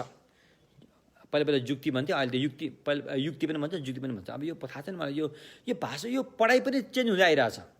पहिला यमराज भन्थे, अब अहिले आएर यमराज भन्न थाले। पहिला मुजुर भन्थे, अहिले मयूर भन्छन् फेरि, होइन। त्यस्तो अलिकति फरक छ। यो भाषा प्रयोग पनि अलिकति तलमाथि हुँदै गइरहेको देखिन्छ। अब पहिला हामी यो मन्त्रहरू पढ्दाखेरि पेट पारे ख भन्थ्यौँ, अहिले पेट पारे स भन्छन्। अब भोट पासमा स्यालो ख्या भनिन्थ्यो, अनि स्यालो स्या भन्नेहरू पनि छन्, होइन। यसो बुझ्दाखेरि चाहिँ अब अहिले यता हाम्रा वैदिक अनुसार चाहिँ वेद 4 वेद छ नि त, ऋग्वेद, सामवेद, यजुर्वेद, अथर्ववेद। वेदको ऋचाहरू पढ्दाखेरि चाहिँ यमराज के अरे पेट पारे ख नै भन्छन् भन्नेहरू पनि एउटा कता मैले सुनेको छु। यो कतिको सत्य हो सुनेको छु, त्यो हिसाबले भनेको हो भनेको छ। कहिले खटकोण भन्छन्, कहिले सटकोण भन्छन्। अब हाम्रै आमा बुवाहरूले त्यो तिथिका लागि परेवा 2, 3, 4, 5 खष्ठी भन्छन्, षष्ठी भनेर त हामीले सुनेनौँ, खष्ठी नै भन्छन्। अब अहिले आएर कतिपय षष्ठी भन्न थाल्यो फेरि, होइन। छैठौँ तिथिलाई षष्ठी भन्न थाले, पहिला खष्ठी भनिन्थ्यो, है। फेरि अष्टमी भनेर सुने फेरि अष्टमी भन्छन् फेरि। त्यहाँ चाहिँ फेरि त्यही पेट पारे खकै आदि त्यहाँ अष्टमी भन्छन् क्या अरे। पहिलेदेखि नै अष्टमी भनेर सुनेको छौँ, अष्टमी भनेर हामीले सुनेको छैनौँ। त्यस कारण यो अलिकति फरक यो उच्चारण गर्ने तरिकाहरू अलिकति फरक भएको देखिन्छ। त्यो त अब युक्तिसङ्गत भनेको युक्ति लगाएर हेर्नु भन्ने कुरा हो। युक्ति कसरी लगाएर हेर्नुपर्छ भन्दाखेरि त्यहाँ एउटा टेक्निक छ, एउटा प्राविधिक छ। युक्ति प्रयोग गरेर प्राविधि हुन्छ। त्यो म अहिले भर्खरै मतमा भन्न गइरहेको छु। त्यो के भन्दाखेरि एउटा सानो उदाहरण, एउटा मान्छेलाई आगो चाहियो, उसले आगो पाएन, ऊ आगोको खोजीमा छ भने तपाईँकोमा ऊ आगो माग्न आयो, तपाईँसँग पनि आगो त छैन, तर तपाईँलाई थाहा छ आगो कहाँ पाउँछ भनेर, तपाईँले देख्नुभयो ऊ त्यो डाँडामा हुरहुर त्यो धुवा आइरहेछ, ए फलाना तिमी त्यहाँ जाऊ न, त्यो हुरहुर त्यो धुवा आइरहेको डाँडामा त्यहाँ आगो छ, तिमी आगोले त्यहाँ जाऊ भनेर मैले भन्छ। अनि त्यो मान्छेले अलिक पत्याउँदैन। अनि त्यो हुरहुर त्यो धुवा आइरहेको डाँडोमा आगो त हाम्रो आँखाले देखिँदैन, त्यहाँ आगो कसरी छ भन्दाखेरि अनि तपाईँले भन्छ किनकि त्यहाँ हुरहुर त्यो धुवा आइरहेको छ नि भन्छ। अझै पनि उसलाई पुष्टि हुँदैन, हुरहुर त्यो धुवा त आइरहेको छ, अनि हुरहुर त्यो धुवा आउँदैमा त्यहाँ आगो हुनैपर्छ र भनेर सोध्छ। अनि तपाईँले भन्छ हुनैपर्छ भन्छ। जहाँ हुरहुर त्यो धुवा आइरहेछ त्यहाँ आगो हुनैपर्छ भन्नुहुन्छ। उसले भन्छ ऊ अझै पनि पत्याउँदैन, म कसरी विश्वास गर्नु, यदि टाढा छ, यदि त्यहाँ गएर आगो भइदिएन भने त म त जानु मात्रै हुन्छ, मलाई पक्का विश्वास दिलाउनुहोस् न, जहाँ हुरहुर त्यो धुवा आगो छ त्यहाँ आगो भएको कुरा मलाई म कसरी विश्वास त हुँ, विश्वास कसरी गरौँ भनेर उसले भन्ला। अनि तपाईँले उसलाई हातमा डोरा लिएर ल हेर यो भान्सा घरमा हेर हुरहुर त्यो धुवा आएको कसरी आएको छ, मुनतिर आगो भएको छ, त्यसरी हुरहुर त्यो धुवा आएको हो, त्यसरी त्यहाँ पनि हुरहुर त्यो धुवा आएको छ, त्यसैले पनि त्यहाँ आगो हुनुपर्छ भन्छ। अथवा पक्का विश्वास त भयो, अझै पनि अलिकति हो र हुन त होला तैपनि भन्ने आउँछ शङ्का, अझै पनि बाँकी रहन्छ भने त्यो शङ्कालाई हटाउन लागि अनि फेरि तपाईँले उसलाई पानीको झर्ना भए ठाउँमा लाउनु, पानीको छाङ्गा, ए फलाना यो पानीको छाङ्गामा हेर न यहाँ हुरहुर त्यो धुवा किन आएको छैन भन्दाखेरि किनकि त्यहाँ आगो छैन। जहाँ आगो हुँदैन त्यहाँ हुरहुर धुवा आएको हुँदैन, जहाँ हुरहुर धुवाको आगो हुन्छ त्यहाँ जहाँ हुरहुर धुवा आइरहेको हुन्छ त्यहाँ आगो हुन्छ। त्यस्तै त्यो डाँडामा पनि हुरहुर धुवा आएको छ, त्यसैले त्यहाँ आगो हुनैपर्छ भनेपछि प्रष्ट भयो नि। अब ऊ त्यहाँ जतिसुकै टाढा भयो भने त्यहाँ गएपछि उसले आगो पाउँछ, उसले त्यहाँ धोका खानु पर्दैन। यो एउटा प्रार यसरी बताएको छ, यसलाई भन्छ युक्तिसङ्गत प्रयोग गरेर कुनै पनि विषय हामीले प्रयोग गर्न सकिन्छ। त्यस्तो यस्तो खालको यो अनात्मा र आत्माको कुरामा पनि भगवानको सम्यक मार्गमा लाग्नेहरूले युक्तिसङ्गत प्रयोग गरेर परीक्षा गरिन्छ, सच्चाइमा पुग्ने कोसिस गरिन्छ। ती कुरा चाहिँ यहाँ पनि आयो, युक्तिसङ्गत प्रयोग गरिन्छ, युक्तिबाट पुष्टि हुनुपर्छ। युक्ति प्रयोग गरेको प्रमाणले प्रमाणित भएको हुनुपर्छ, तब मात्र त्यसलाई स्वीकार गर्न सकिन्छ। अन्यथा त्यसलाई फेरि चट्टै अहिले भर्खरै स्वीकार गर्नुपर्ने जरुरी छैन भन्ने कुरा आयो। बुझ्नुभयो के? त्यसरी अब अहिले यहाँ पनि अब युक्तिसँग प्रयोग गरिन्छ है त। सबभन्दा पहिला बौद्ध धर्मले के भन्छ, व्यक्ति भन्ने, चाहे तपाईँले त्यसलाई व्यक्ति भन्नुहोस्, चाहे तपाईँले त्यसलाई आत्मा भन्नुहोस्, चाहे तपाईँले त्यसलाई जीव भन्नुहोस्, चाहे तपाईँले त्यसलाई द्रष्टा भन्नुहोस्, यी सबै पर्यायवाची शब्द हुन्, आत्माकै नाम हुन्। अब यो आत्मा, जीव, द्रष्टा, भोग्नेवाला, देख्नेवाला जो छ, यो चाहिँ भगवानको सम्यक मार्गमा काम चलाएको हिसाबले मात्रै प्रयोग हुन्छ। काम चलाएको हिसाबले भनेको चाहिँ लोक ख्याति, लोकमा जसरी प्रयोग गरिन्छ त्यतिको लागि मात्रै प्रयोग हुन्छ, त्योभन्दा उता गइँदैन होइन। तर आत्मावादीले त त्योभन्दा पर जान्छन्, हाम्रो आत्मा त अर्कै छ, हो यस्तो छ, यस्तो छ भन्छ नि, त्यसरी पर गइँदैन। मात्र काम चलाएको हिसाबले प्रयोग गर्दाखेरि अनि पञ्चखण्ड, यही पञ्चस्कन्धको डङ्गुरलाई आधार मानेर हामीले एउटा नाम, म भन्ने नाम देखाउँछौँ। म छु, म आएँ, म गएँ, तिमी को, म त यो हो न भनेर। चाहे तपाईँलाई नाकमा औँला राख्नुहोस्, चाहे टाउकोमा औँला राख्नुहोस्, चाहे कहाँ म यही हो नि, यही भन्छौँ। त्यसले धेरै खोज्न मिल्दैन। धेरै खोज्यो भने त्यो अनाथ हुन्छ। फेरि काम चलाउको लागि मात्रै यसलाई प्रयोग गर्ने। काम चलाउको लागि सच्चाइ त अर्को छ। फेरि सच्चाइ अर्को छ। फेरि काम चलाउको लागि प्रयोग गर्ने भनेको अर्थ के हो? यो पनि तपाईँले बुझ्नुपर्छ। काम चलाउको लागि प्रयोग गर्ने भनेको चाहिँ तपाईँले यसरी बुझ्नुहोस्। एउटा घरमा थुप्रै बालबच्चा रहेछन्, आमा रहेछन्, बाउ मरेको रहेछ। आमा एकजनाले ती बालबच्चा पाल्न धौधौ भएछ। उनीहरू दुःखी थिए, गरिबी थिए र ती आमाले मागेर लिएर आएर बच्चाको पालन पोषण गर्थिन्। त्यो पनि कहिलेसम्म धान्ने?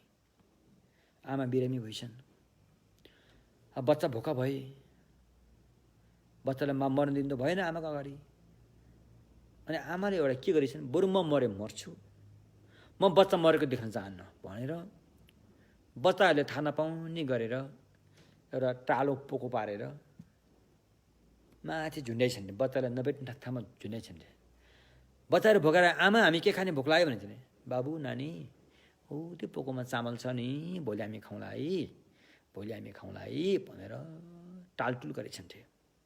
बच्चाहरूको मन त हो, विश्वास गरिहाल्यो होला नि त, त्यहाँ चामल होला नि त, भोलि आमाले भात पकाउने नि त खाउँला, आज हामी यतिकै बसौँला भन्दै 1 दिन गयो, 2 दिन गयो, 3 दिन गयो, 4 दिन 5 दिन गयो। आमाले त थाहा छ त्यो टालोभित्र चामल नभएको कुरा आमालाई थाहा छ। आमा चाहिँ मरिन्। मरिसकेपछि बच्चाहरूले भात पकाउन त्यो पोको खोतलले हेर्दाखेरि त पोकोमा के रहेछ, बालुवा रहेछ अरे, चामल त छैन। तर पनि काम चलाउको हिसाबले बच्चाको ज्यान बचाउनको खातिर जुन टेक्निक आमाले प्रयोग गरिन् त्यसलाई भनिन्छ काम चलाउ। त्यस्तै म आत्मा भन्ने पनि काम चलाउको हिसाबले मात्रै प्रयोग गर्ने हो, न कि त्यो चाहिँ अविनाशी छ, न कि त्यो चाहिँ एउटा द्रव्य सत भनिन्छ, त्यसरी होइन। काम चलाउको हिसाबले मात्रै भन्ने कुरा यहाँ आयो। त्यो आइसकेपछि अब यहाँ त्यसरी स्वतन्त्र आत्मा, द्रव्यसत आत्मा, अजर अमर आत्मा मरेपछि फुत्त निस्केर अनि थोत्रो कपडा फेरेर नयाँ कपडा लाए जस्तो गरेर अर्को चोरा लिने त्यस्तो आत्मा चाहिँ छैन रे भनेर चाहिँ बौद्धहरूको भनाइ यो हो। चाहे त्यो श्रावकयानी होस्, चाहे त्यो महायानी होस्, चाहे त्यो वज्रयानी होस्, सबैको मत एउटै हुन्छ। यस सम्बन्धमा कसैको मत मतान्तर छैन, मत एउटै छ। बौद्ध सिद्धान्तमा यसरी मानियो। यसरी मानिएकोमा अब यसलाई चाहिँ पुष्टि गर्नु पर्यो। यसलाई त युक्तिसँग प्रयोग गरेर यसलाई चाहिँ प्रमाण प्रयोग गरेर प्रमाणित गर्नु पर्यो। त्यो गर्दाखेरि चाहिँ अनि सबभन्दा पहिला त्यो काम चलाउको हिसाबले प्रयोग भएको जुन व्यक्ति, चाहे तपाईँले त्यसलाई व्यक्ति भन्नुहोस्, चाहे तपाईँले त्यसलाई आत्मा भन्नुहोस्, चाहे तपाईँले त्यसलाई द्रष्टा भन्नुहोस्, चाहे तपाईँले त्यसलाई चाहिँ अब भोग्नेवाला, कर्ता, कारक जे भने जे नाम दे पनि दिनुहोस् होइन। चाहे तपाईँले जीव भन्नुहोस्, चाहे तपाईँले त्यसलाई जीवात्मै भन्नुहोस् होइन। त्यो चाहिँ अनि वास्तवमा द्रव्यसत छैन। द्रव्यसत छैन रे। द्रव्यसत भनेको सत्ता सिद्ध छैन रे। यसलाई इङ्ग्लिसमा के भनिन्छ, इनहेरेन्टली एक्जिस्टेन्ट। द्रव्यसत अर्थात् सत्ता सिद्ध छैन रे। जुन हामीले छ भनेर ठानिरहेका छौँ त्यस्तो चाहिँ त्यहाँ वास्तविकतामा छैन रे। किन छैन भन्दाखेरि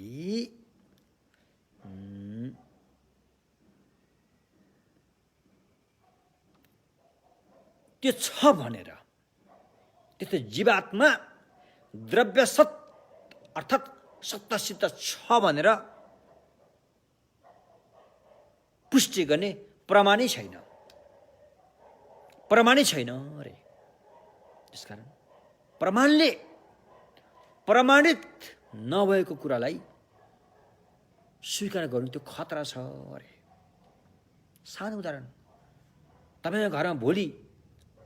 तपाईँको घरमा भोलि बिना कारण कालो टोपी लागेको मान्छे आउँछ भनेर बिना प्रमाण तपाईँले मान्नुभयो र त्यो कालो टोपी लागेको मान्छे आउँछ भने थाहै नपाइकन आउँछ भन्ठानेर उसको लागि अनि तयारी गर्नु भन्थ्यो त मूर्खै नै हुन्छ नि, मूर्खै नै हुन्छ नि, के थाहा आउला नआउला के थाहा थियो।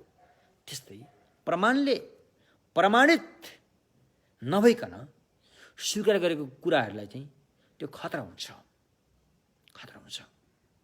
त्यसैले त्यस्तो जीवात्मा चाहिँ द्रव्यसत छ भनेर स्वीकार गर्नलाई प्रमाण खोइ त, प्रमाण चाहियो, प्रमाणै छैन भनेर भगवानको सम्यक मार्गको सिद्धान्तले चाहिँ यसरी प्रस्तुत भयो। त्यसो हो भने अनि हामीले म आएँ, म गएँ, म छु भनेर भनिन्छ नि। हामीले आत्मा छ, आत्माले भोग गर्छ, आत्मा दुःखी हुन्छ, आत्मालाई दुःख दिनु हुँदैन, आत्माले चाहेको चिज खुवाइदिनुपर्छ, आत्माले चाहेको चिज खुवायो भने पाप लाग्छ भन्ने गर्छ नि। यहाँतिर थुप्रै भन्छ नि। त्यही भएर अहिले यस्तो कुरा गर्नलाई रसिजान खान पनि अलिकति सजिलो भएको छ नि। मेरो आत्माले चाह्यो नि, आत्माले चाहे चाहिँ खानदिनु पऱ्यो नि, नत्र पाप लाग्ला नि फेरि भनेर नाफा पाउनेहरू पनि यहाँ छन् थुप्रै, होइन। त्यो के हो त अरे? आत्मा हुँदै नभएर फोकटमा भनेको त होइन होला। त्यो के हो त? त्यो किन यस्तो भनेको त भनेर यहाँ प्रश्न उठ्यो। भन्दाखेरि यदि जो कसैले, जो कोही व्यक्तिले आत्मा भने द्रव्यसत सत्ता सिद्ध होइन छ भनेर ठान्दछौ भने त्यसरी ठानेको सोच जो छ त्यो उल्टो सोच्ने हुनेछ अरे। वास्तविकतालाई नबुझेको सोच्ने हुनेछ अरे। त्यो भ्रमपूर्ण सोच नै हुनेछ अरे। त्यो सच्चाइबाट दूर भएको सोच नै हुनेछ भनेर भनियो। कसरी कसरी उल्टो भयो? आत्मा द्रव्यसत छ, आत्मा जीवात्मा सत्तासित छ भन्ने जुन सोचलाई अनि उल्टो कसरी भयो यो भनेर यहाँ प्रश्न उठ्यो। उल्टो किन भयो भन्दाखेरि सोच नै बन्धनले बाँधेको सोच हुनेछ, राग रिस मोहलाई पैदा गर्ने सोच हुनेछ। त्यसरी यो उल्टो सोच हो।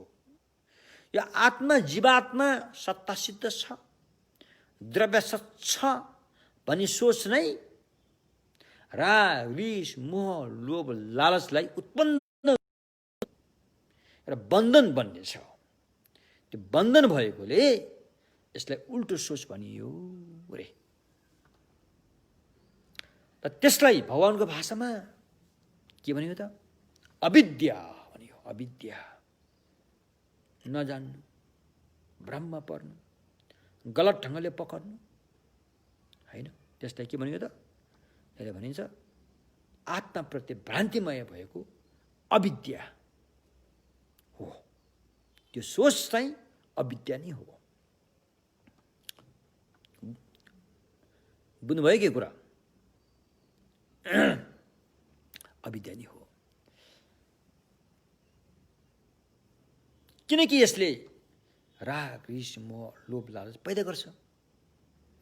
जब हामीले म साँच्चीकै छु, म छु, म छु, म छु, म साँच्चीकै छु, म पवित्र छु, म एउटै छु, म अविनाशी छु भनेर सोच्छौँ भने मेरा पनि छन्, मेरा पनि छन्, मेरा पनि छन् भन्ने आउँछ। अनि हानि नोक्सानी पुर्याउनु थाल्यो भने तेरा तेरा तेरा तेरा भने आउँछ।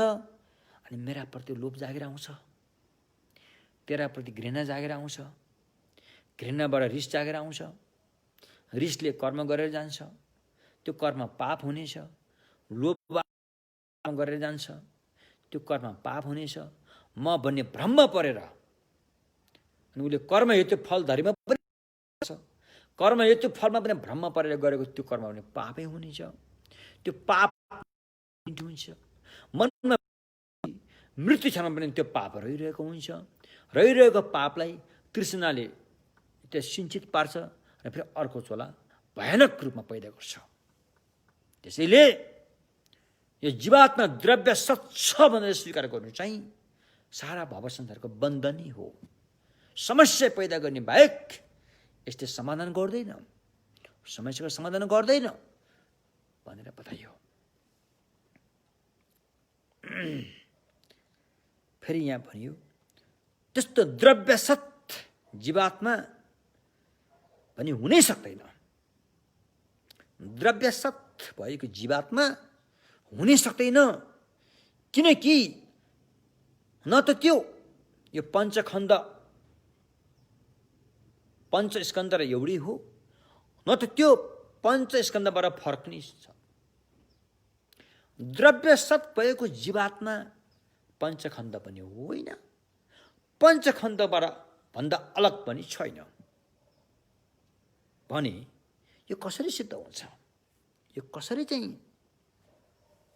पुष्टि गर्न सकिन्छ? द्रव्यसत जीवात्मा पनि त्यो त छैन रे। यदि कथं कदाचित यसो भनाइको हिसाबले कथं कदाचित द्रव्यसत सत्ता सिद्ध भएको जीवात्मा हुँदो हो त पञ्चखण्ड र एउटै द्रव्य भएको वा पञ्चखण्ड भन्दा फरक द्रव्य भएको त्यस्तो जीवात्मा हुँदो हो त? यहाँ दुईटा दोष लाग्छ, दुईटा गल्ती हुन्छ। कस्तो दुईटा भन्दाखेरि यदि द्रव्यसत भएको जीवात्मा र पञ्चखण्ड एउटै हो भनेर मान्दछौ भने वा द्रव्यसत भएको जीवात्मा पञ्चखण्डबाट भिन्न हो भनेर मान्दछौ भने दुईटा दोषलाई स्वीकार्नुपर्ने हुन्छ। किनकि यदि पञ्चखण्डको द्रव्य र जीवात्माको द्रव्य एउटै हो भनेर तिमीले मान्यौ भनेदेखि पञ्चखण्डलाई नै तिमीले आत्मा हो भनेर मान्नुपर्ने हुन्छ। पञ्चखण्ड आत्मा त होइन, यो त तिमीहरूले मान्दैनौ। यदि अर्को प्रश्न अनुसार द्रव्यसत भएको जीवात्मा पञ्चखण्डभन्दा अलग्गै छ, भिन्न छ भनेर मान्दछौ भने त्यो त देखिँदैन। र अनपढ गवार, चाहे त्यो पशु नै किन नहोस्, त्यहाँदेखि सुरु गरेर विद्वान पण्डित सम्मका व्यक्तिहरूले म भनेको ए पञ्चखण्डलाई नै आधार मानेर मानिरहेको, अलग्गै घरलाई त म भन्दिनँ, ठामलाई त म भनिँदैन, पहाड हिमाल पर्वतलाई त म भनिँदैन, यही पञ्चखण्डलाई नै म आएँ, म गएँ, म बसेँ, म हो भनिरहेको हुन्छन्। यो त अनुभवबाटै थाहा भएर हुन्छ। त्यस्तो द्रव्यसत भएको जीवात्मा यसरी परीक्षा गरेर त्यसको उपलब्ध हुँदैन, त्यो छ भनेर प्रमाणले प्रमाणित गर्न सकिन्न। या त यो द्रव्यसत भएको जीवात्मा पञ्चखण्ड पनि होइन, पञ्चखण्डभन्दा अलग पनि होइन भनेर यदि भन्ने हो भने होइन, अनि त्यस्तो चिज त कसरी प्रमाणित गर्ने त? होइन, स्वयं पञ्चखण्ड पनि आत्मा होइन, पञ्चखण्डबाट अलग पनि आत्मा होइन, त्यस्तो किसिमको एक पनि होइन अनेक पनि होइन भन्ने किसिमको आत्मा छ भनेर भन्दछु भने त्यो छ भनेर मात्रै त भएन, प्रमाण प्रस्तुत त गर्नु पर्यो नि। प्रमाण प्रस्तुत गरेर प्रमाणले पुष्टि गर्नु पर्यो नि। त्यो प्रमाण के छ त? त्यसकारण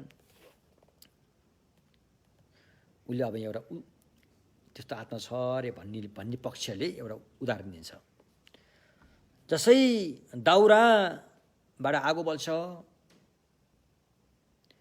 दाउराबाट बलेको आगो स्वयं दाउरा पनि होइन, त्यो दाउराबाट बलेको आगोबाट अलग पनि होइन, तर आगो त छ नि त्यहाँ भनेर उसले भन्यो। अब है त्यस्तै द्रव्यसत भएको जीवात्मा पनि पञ्चखण्ड स्वयं पनि होइन, पञ्चखण्डबाट अलग पनि होइन, तर जीवात्मा त छ नि जसै दाउराबाट बलेको आगो स्वयं दाउरा पनि होइन, त्यो दाउराबाट अलग भन्न पनि मिल्दैन। तर आगो त छ नि, तसै जीवात्मा पनि पञ्चखण्ड स्वयं पनि जीवात्मा होइन, पञ्चखण्डबाट अलग पनि होइन, तर जीवात्मा द्रव्य सत चाहिँ छ भनेर भने है। अब यो भनाइलाई भगवानको बुद्धको सिद्धान्तबाट यो भनाइ उचित छैन, उचित छैन रे। किनकि दाउरा आगो बाल्ने दाउरा जो छ काठ, दाउरामा त माटो लगायत जल अग्नि वायु पृथ्वी एक किसिमले त्यसको चाहिँ संसर्गबाट बनेको हुन्छ त्यो दाउरा। तर आगो जो छ त्यो त आगो धातुबाट बन्छ। दाउराबाट आगो पैदा भएको होइन, दाउरामा रहेको अग्नि धातुका तत्त्वहरू हुन्छन्। आगो बाल्ने परमाणु अणु परमाणु आगोकै धातुसँग सम्बन्धित हुन्छन्, त्यसबाट पो आगो बल्ने हो त। दाउरा र आगो फरक कुरा हो। हुन त हामीले दाउराबाट आगो बाल्यो हामी भनौँला, एक किसिमले भनौँला, तर साँच्चैकै विचार गरेर हेर्नु हो भने दाउरामा रहेको अग्नि धातु आगोले बाल्ने आगोकै तत्त्वहरू हुन्छन्, आगोसँग सम्बन्धित तत्त्वहरू हुन्छन्, त्यसबाट पो आगो बल्ने हो त। त्यसकारण आगो र दाउरा फरक कुरा हुन्। यो त लोकमा पनि भनिन्छ, लोकले पनि भन्छ नि होइन, दाउरा र आगो एउटै हो त कसरी पनि भन्दैन, यहाँ फरकै भन्छ नि। दाउरा र आगो त कसरी पनि भन्दैन। यदि दाउरो नै आगो हुने हो भने त अनि त्यहाँ त जङ्गलतिर भएको दाउरा पनि त्यो सबै आगो हुनुपर्ने हो, त्यो त होइन। दाउरा स्वयं आगो होइन, आगो स्वयं दाउरा होइन। यो त लोकले पनि त्यही भन्छ, लोक ख्याति लोकको भनाइमा पनि त्यही कुरा लागु हुन्छ। त्यस्तै धर्मशास्त्र शास्त्रले पनि त्यही भन्छ कि आगोको लक्षण र दाउराको लक्षण फरक छ, एउटै होइन भनिन्छ शास्त्रमा पनि भने। अनि आगोबाट अलग पनि होइन, दाउराबाट अलग के अरे त्यो आगो दाउराबाट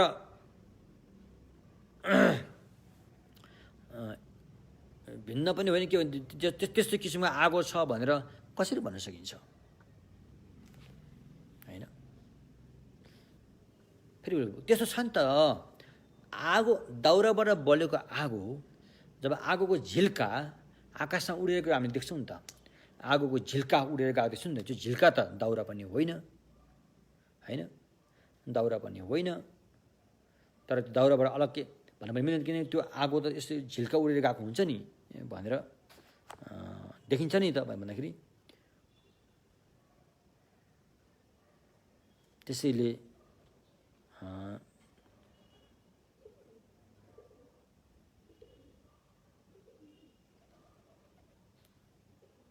होइन, उसो भए त्यो आगोको झिल्का उडाएको कसले? त्यो त हावाको बेगले उड्छ होइन। आगोको झिल्का उडेर हामीले आकाशमा गएको देखिन्छ होइन भने त्यसैलाई तिमीले चाहिँ दाउरा भन्छौ भने अनि त हावा पो दाउरा हुनु पुग्छ त, त्यो त हावाले उडाएर गएको छ त्यो।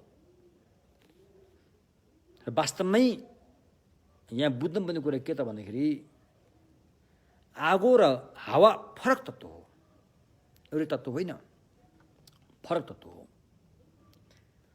त्यस्तै देख्नेवाला द्रष्टा, कर्म गर्नेवाला, खानेवाला, आत्मा, जीव, जान्नेवाला, मुक्त हुनेवाला,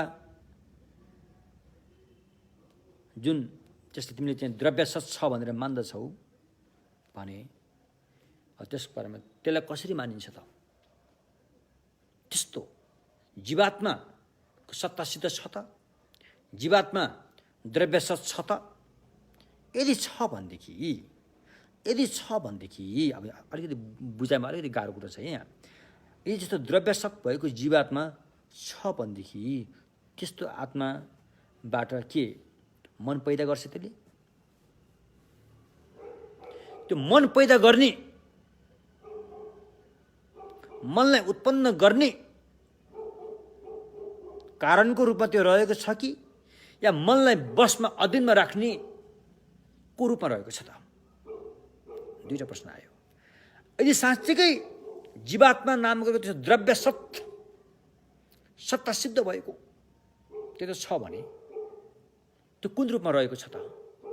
मनलाई उत्पन्न गर्ने रूपमा, मनलाई पैदा गर्ने रूपमा रहेको छ कि या मनलाई अधीनमा राख्ने रूपमा रहेको छ त भनेर प्रश्न आयो यहाँ।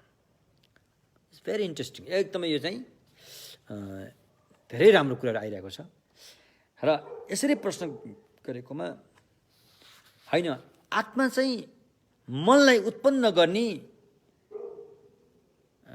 कारक भनौँ कि कार्य भनौँ कि त्यस्तो रूपमा रहेको छ भनेर मानियो भने उसो भए त्यो आत्माले मनलाई उत्पन्न गर्ने कारणको रूपमा रहेको छ भने त्यो मान्न सकिँदैन। किनकि मन उत्पन्न त बिना आत्माले पनि मन उत्पन्न भइरहेको हुन्छ, बिना आत्मा पनि मन उत्पन्न हुन्छ। कसरी हुन्छ भन्दाखेरि आँखाको मन, हेर्ने रूप, आँखाको इन्द्रियको संसर्गबाट आँखा,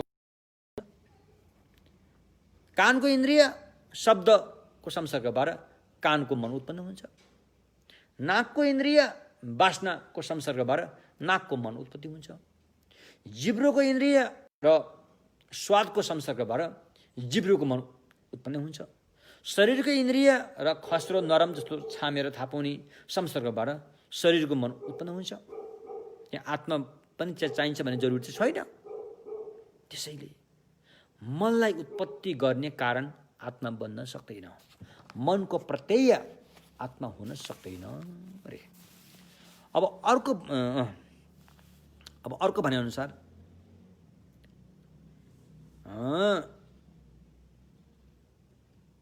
मनलाई उत्पत्ति गर्ने कारणको रूपमा आत्मा नरहेको भए तापनि मनलाई बसमा पार्ने, मनलाई अधीनमा राख्ने शक्ति भएको चाहिँ आत्मा हो। आत्माको शक्तिले मनलाई अधीनमा राख्न सक्छ, त्यस्तो किसिमले आत्मा रहेको छ भनेर भनियो भनेखेरि त्यसो हो भने त त्यस अवस्थामा भनेखेरि तपाईँले सुख भोगिरहेको अवस्थामा, सुख त सबैलाई चाहिन्छ नि, सुख भोगिरहन मन पर्छ नि। सुख भोगिरहेको अवस्थामा यदि त्यो भोगिरहेको सुखलाई आत्माले अधीनमा लिन सक्ने हो भने त्यो सुख त नित्य हुन जान्छ, त्यो सुख त निरन्तर भइरहेको हुनुपर्छ, त्यो सुख त नबदलिने ढङ्गले रहिरहेको हुनुपर्छ। किनकि त्यो त आत्माको अधीनमा छ, आत्मा त नित्य छ। जब त्यो नित्यले अर्कोलाई आफ्नो बसमा पारेर राख्न सक्छ भनेदेखि त्यो पनि नित्य हुनुपर्छ, किनकि ऊ त्यो सुख त भोगिरहन चाहिरहन्छ। त्यति मात्र होइन, जो व्यक्तिले सुख भोगिरहेको छ उसले पछि दुःख भोग्दाखेरि त्यो पहिलोको सुखको भोगाई नछोडेको हुनुपर्छ, सुखलाई कायम राखिरहेको हुनुपर्छ। त्यस्तो त हुँदैन। दुःख भोगिरहेको बेलामा सुख त त्यहाँ पाउँदैन, सुख वेदना भइरहेको बेलामा त त्यहाँ दुःख वेदना आउने कुरा रहेन। त्यसो भएकोले किनकि यदि आत्मासँग त्यो शक्ति हुँदो हो त, बस्न पाउने शक्ति हुँदो हो त, सुख पाएको बेलामा सुख पाइरहेको हुनु पर्यो नि। किन त्यो भइरहेको छैन? किन घरि सुख घरि दुःख हामीले किन भोगिरहेका छौँ त? यदि हामीसँग त्यस्तो शक्तिशाली आत्मा, सुखलाई अधीनमा राख्न सक्ने क्षमता भएको शक्तिशाली आत्मा हुँदो हो त, त्यो सुखलाई कायम राख्न किन सकेनौ? बेला बेलामा फेरि दुःख भोग्न किन पुगिन्छ? फेरि दुःख संवेदना किन पैदा हुन्छ? फेरि कुरो यसरी आयो। त्यसैले तिमीले जो भन्यौ आत्माले चाहिँ मनलाई बस्न पर्ने क्षमता छ, त्यो रूपमा आत्मा रहेको छ भन्नेको भनाइ पनि उचित छैन, यो भनाइ सिद्ध हुँदैन भन्ने कुरा आयो। र यो यस्तो युक्तिसङ्गतले हेर्दाखेरि त्यो आत्मा मुक्ति पाउनेवाला पनि होइन, द्रष्टा पनि होइन, मुक्ति पाउने रूपमा रहेको पनि भन्न सकिँदैन, द्रष्टाको रूपमा रहेको पनि भन्न सकिँदैन, कर्मको फल भोग्ने रूपमा भोग्नेवालाको रूपमा पनि भन्न सकिँदैन, जीव आत्माको द्रव्य सत्को रूपमा पनि यहाँ भन्न सकिँदैन। त्यस्तो चाहिँ प्रमाणले प्रमाणित गर्न सकिँदैन रे। यदि साँच्चैकै त्यस्तो द्रव्य सत् आत्मा जीवात्मा छ भन्ने हो भने त्यसैले रूपहरू देख्छ, आत्माले रूपहरू देख्छ भनेर भन्दछौ भने, रूपहरू देख्ने जुन काम जुन आत्माले गर्छ भनेर भन्दछु भने हैन, अनि त्यो के हो त? यदि त्यस्तो द्रव्य सत्य भएको आत्मा छ भने जब हाम्रो आँखाहरूले चाहिँ रूप देख्छ हैन, आँखाले रूप देख्छ र भित्री रूप भने फेरि तपाईले बुझ्न सक्नुहुन्छ। इन्द्रियहरू, आँखाको इन्द्रिय, कानको इन्द्रिय, यो इन्द्रियहरूलाई चाहिँ भित्री रूप भनिन्छ। यिनीहरू चाहिँ एकदमै सूक्ष्म हुन्छन्, त्यो हाम्रो आँखाले देखिँदैन, सूक्ष्म किसिमको रूप हो त्यो। हो त्यो भित्री रूपहरू जुन लक्षण भित्री रूपहरू छन्, यिनीहरू नै हो त आत्माले गर्ने काम, यही नै हो त जुन आँखाले रूप देख्ने काम अथवा भित्रीको जुन सूक्ष्म लक्षण भएको रूपहरू छन् तिनीहरू नै हुन् त। किनकि यदि साँच्चैकै आत्मा छ भने त्यो आत्माले कर्म गरेको हुनुपर्छ, त्यो क्रिया फङ्सन भएको हुनुपर्छ। किनकि त्यो नभइकन त त्यहाँ द्रव्यसत् भनेर भन्नु पाउँदैन। यदि कुनै पनि चिज विषयवस्तु द्रव्यसत् छ भने त्यसले काम गरेको त्यहाँ फङ्सन हुनु पर्यो, अनि मात्र त्यसलाई द्रव्यसत् भन्न मिल्छ, अन्यथा मिल्दैन रे। र यता भगवानको सम्यक मार्ग अब अहिले अब सबै यहाँ प्रमाण प्रस्तुत गरेर यस्तो द्रव्यसत् भएको जीवात्मा छैन भनेर यहाँ पुष्टि युक्तिसँग त्यो प्रमाण प्रस्तुत गरेर पुष्टि भइसक्यो नि। भइसकेपछि अब यसलाई बुद्धले यस सम्बन्धमा के भन्नुहुन्छ त? अब बल्ल बुद्धको कुरा आयो। बुद्धले के भन्नुहुन्छ भन्दाखेरि बुद्धले पनि त्यस्तो द्रव्य आत्मा सत् चाहिँ द्रव्य सत्य आत्मा चाहिँ छैन, त्यस्तो बुद्धले चाहिँ कहीँ कतै पनि देख्नु भएको छैन भनेर भन्नुभएको छ हैन। उता युक्ति सङ्गतले पुष्टि भइसकेपछि अनि बल्ल बुद्धले पनि त्यही भन्नुभएको छ। त्यसैले सर्वधर्म अनात्मा छन् भनेर बुद्धले भन्नुभएको छ। यदि त्यस्तो द्रव्यसत् आत्मा हुँदो हो त बुद्धले देख्नु पर्थ्यो, बुद्धले देख्नु पर्थ्यो। यदि बुद्धले त्यस्तो द्रव्यसत् आत्मा देख्नु भएको हो भने यो तीनटा कुरालाई स्वीकार गर्नुपर्ने हुन्छ। बुद्धले यो तीनटा कुरालाई स्वीकार गर्नुपर्ने हुन्छ। कुन तीनटा भन्दाखेरि बुद्धले गम्भीर अर्थलाई नबुझेको हुन जान्छ, नम्बर 1। नम्बर 2 मा बुद्धले असाधारण अर्थ नबुझेको हुन जान्छ। तेस्रो बुद्धले लोकोत्तर बोधि बुझेको हुन जान्छ। बुझ्नु भने के? यदि त्यस्तो द्रव्यसत् सत्तासिद्ध भएको जीवात्मालाई बुद्धले देखेको हो भने, बुद्धले बोध गरेको हो भने बुद्धलाई तीनटा दोष लाग्छ। कुन कुन भन्दाखेरि बुद्धले हैन गम्भीर अर्थको बोध नगरेको दोष लाग्छ, बुद्धले त्यस्तो द्रव्यसत् आत्मा सत्तासिद्ध रूपमा देखेको हो भने असाधारण अर्थको बोध नगरेको दोष लाग्छ। यदि बुद्धले द्रव्यसत् सत्तासिद्ध भएको जीवात्मालाई देखेको हो भने लोकोत्तर अभिसम्बोधि प्राप्त नगरेको हुन जान्छ। त्यो कसरी भन्दाखेरि यदि बुद्धले द्रव्यसत् सत्तासिद्ध जीवात्मा छ भनेर बोध गरेको हो भने उहाँले गम्भीर अर्थ भने शून्यतालाई बोध नगरेको हुन जान्छ। तर बुद्धले त शून्यता बोध गरेर बुद्ध भएको हो। र त्यति मात्रै होइन, बुद्धले असाधारण बोध नगरेको हुन जान्छ भन्दाखेरि बुद्धले असाधारण बोध गरेको छ। किनकि अन्य वैदिक अथवा जैनहरू र अन्य उसमा बताएको विषयभन्दा बुद्धले फरक बोध गरेका छन्। यदि ती वैदिक स्तरको जीवात्मा अन्य उसमा बताएको जीवात्मालाई नै बोध गर्ने हो भने त बुद्धको इतिहासमा अनि बुद्धले त के अरे यो आला र कलाम र उतकराम पुत्रको आश्रम छोडेर जानुपर्ने कारणै छैन। उनीहरूले पनि त्यही सिकाउँथे क्यारे, किन उनीहरूले छोडेर गए बुद्धले। जसमा बुद्धको बोध चाहिँ असाधारण बोध हो, साधारण बोध होइन। बुझ्नु भने के, बुद्धको बोध, बुद्धले बोध गरेको बोधि ज्ञान जो छ त्यो असाधारण बोध थियो। त्यो बुद्धले मात्रै गर्छ, अरूले गर्दैन।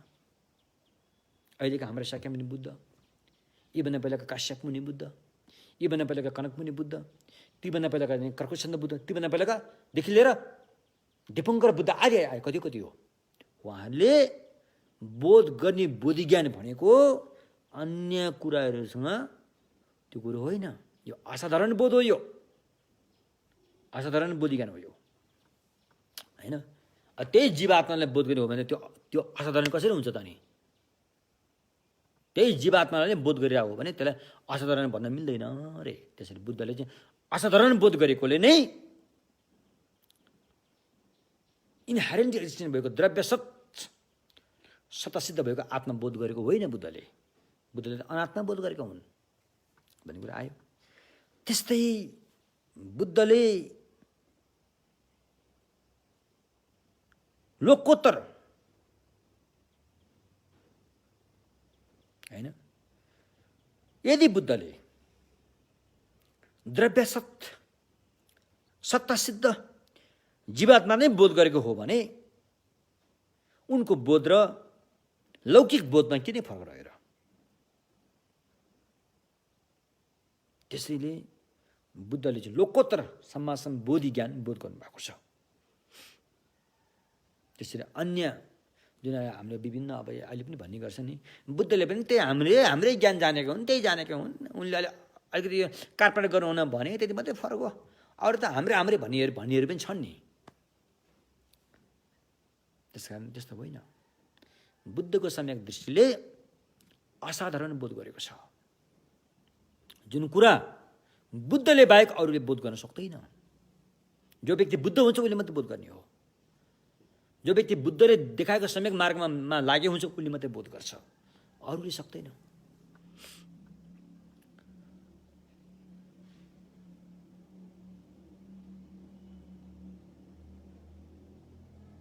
यदि टाइम अलि गइसकेछ, अझै हामी यसलाई प्रश्न पार्नेछौँ भोलिको दिनमा। आजलाई यति नै। आज हामी लगभग कर्म हेतु फलको बारेमा थोरै हामी चर्चा गर्नेछौँ।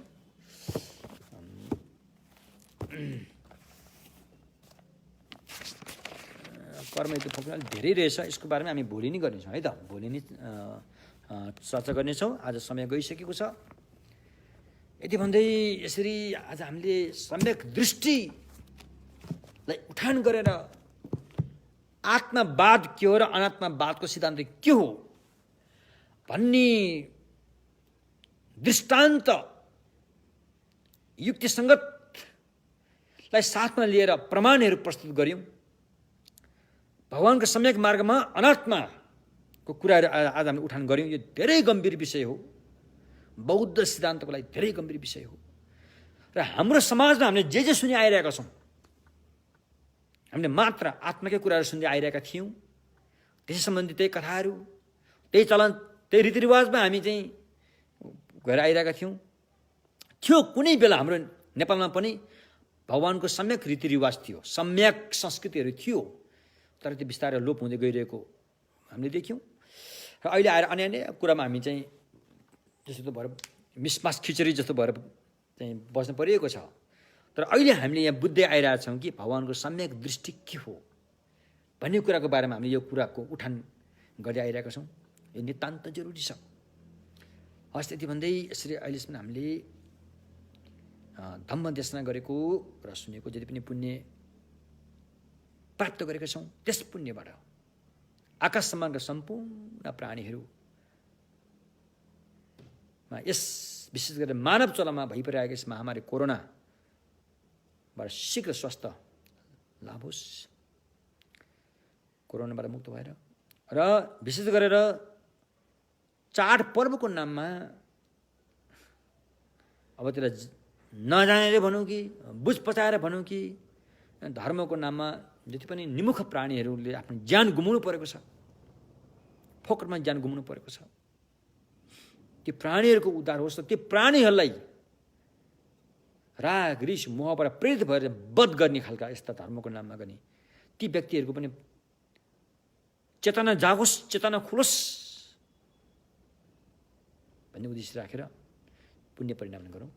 सनम दिए थम्जे सिबाङे थम्ने ङेबे डाना फम्जे ने केगा नाचे बलौं ठुबा सिबे छोले डोबा ढोलो वराइसो।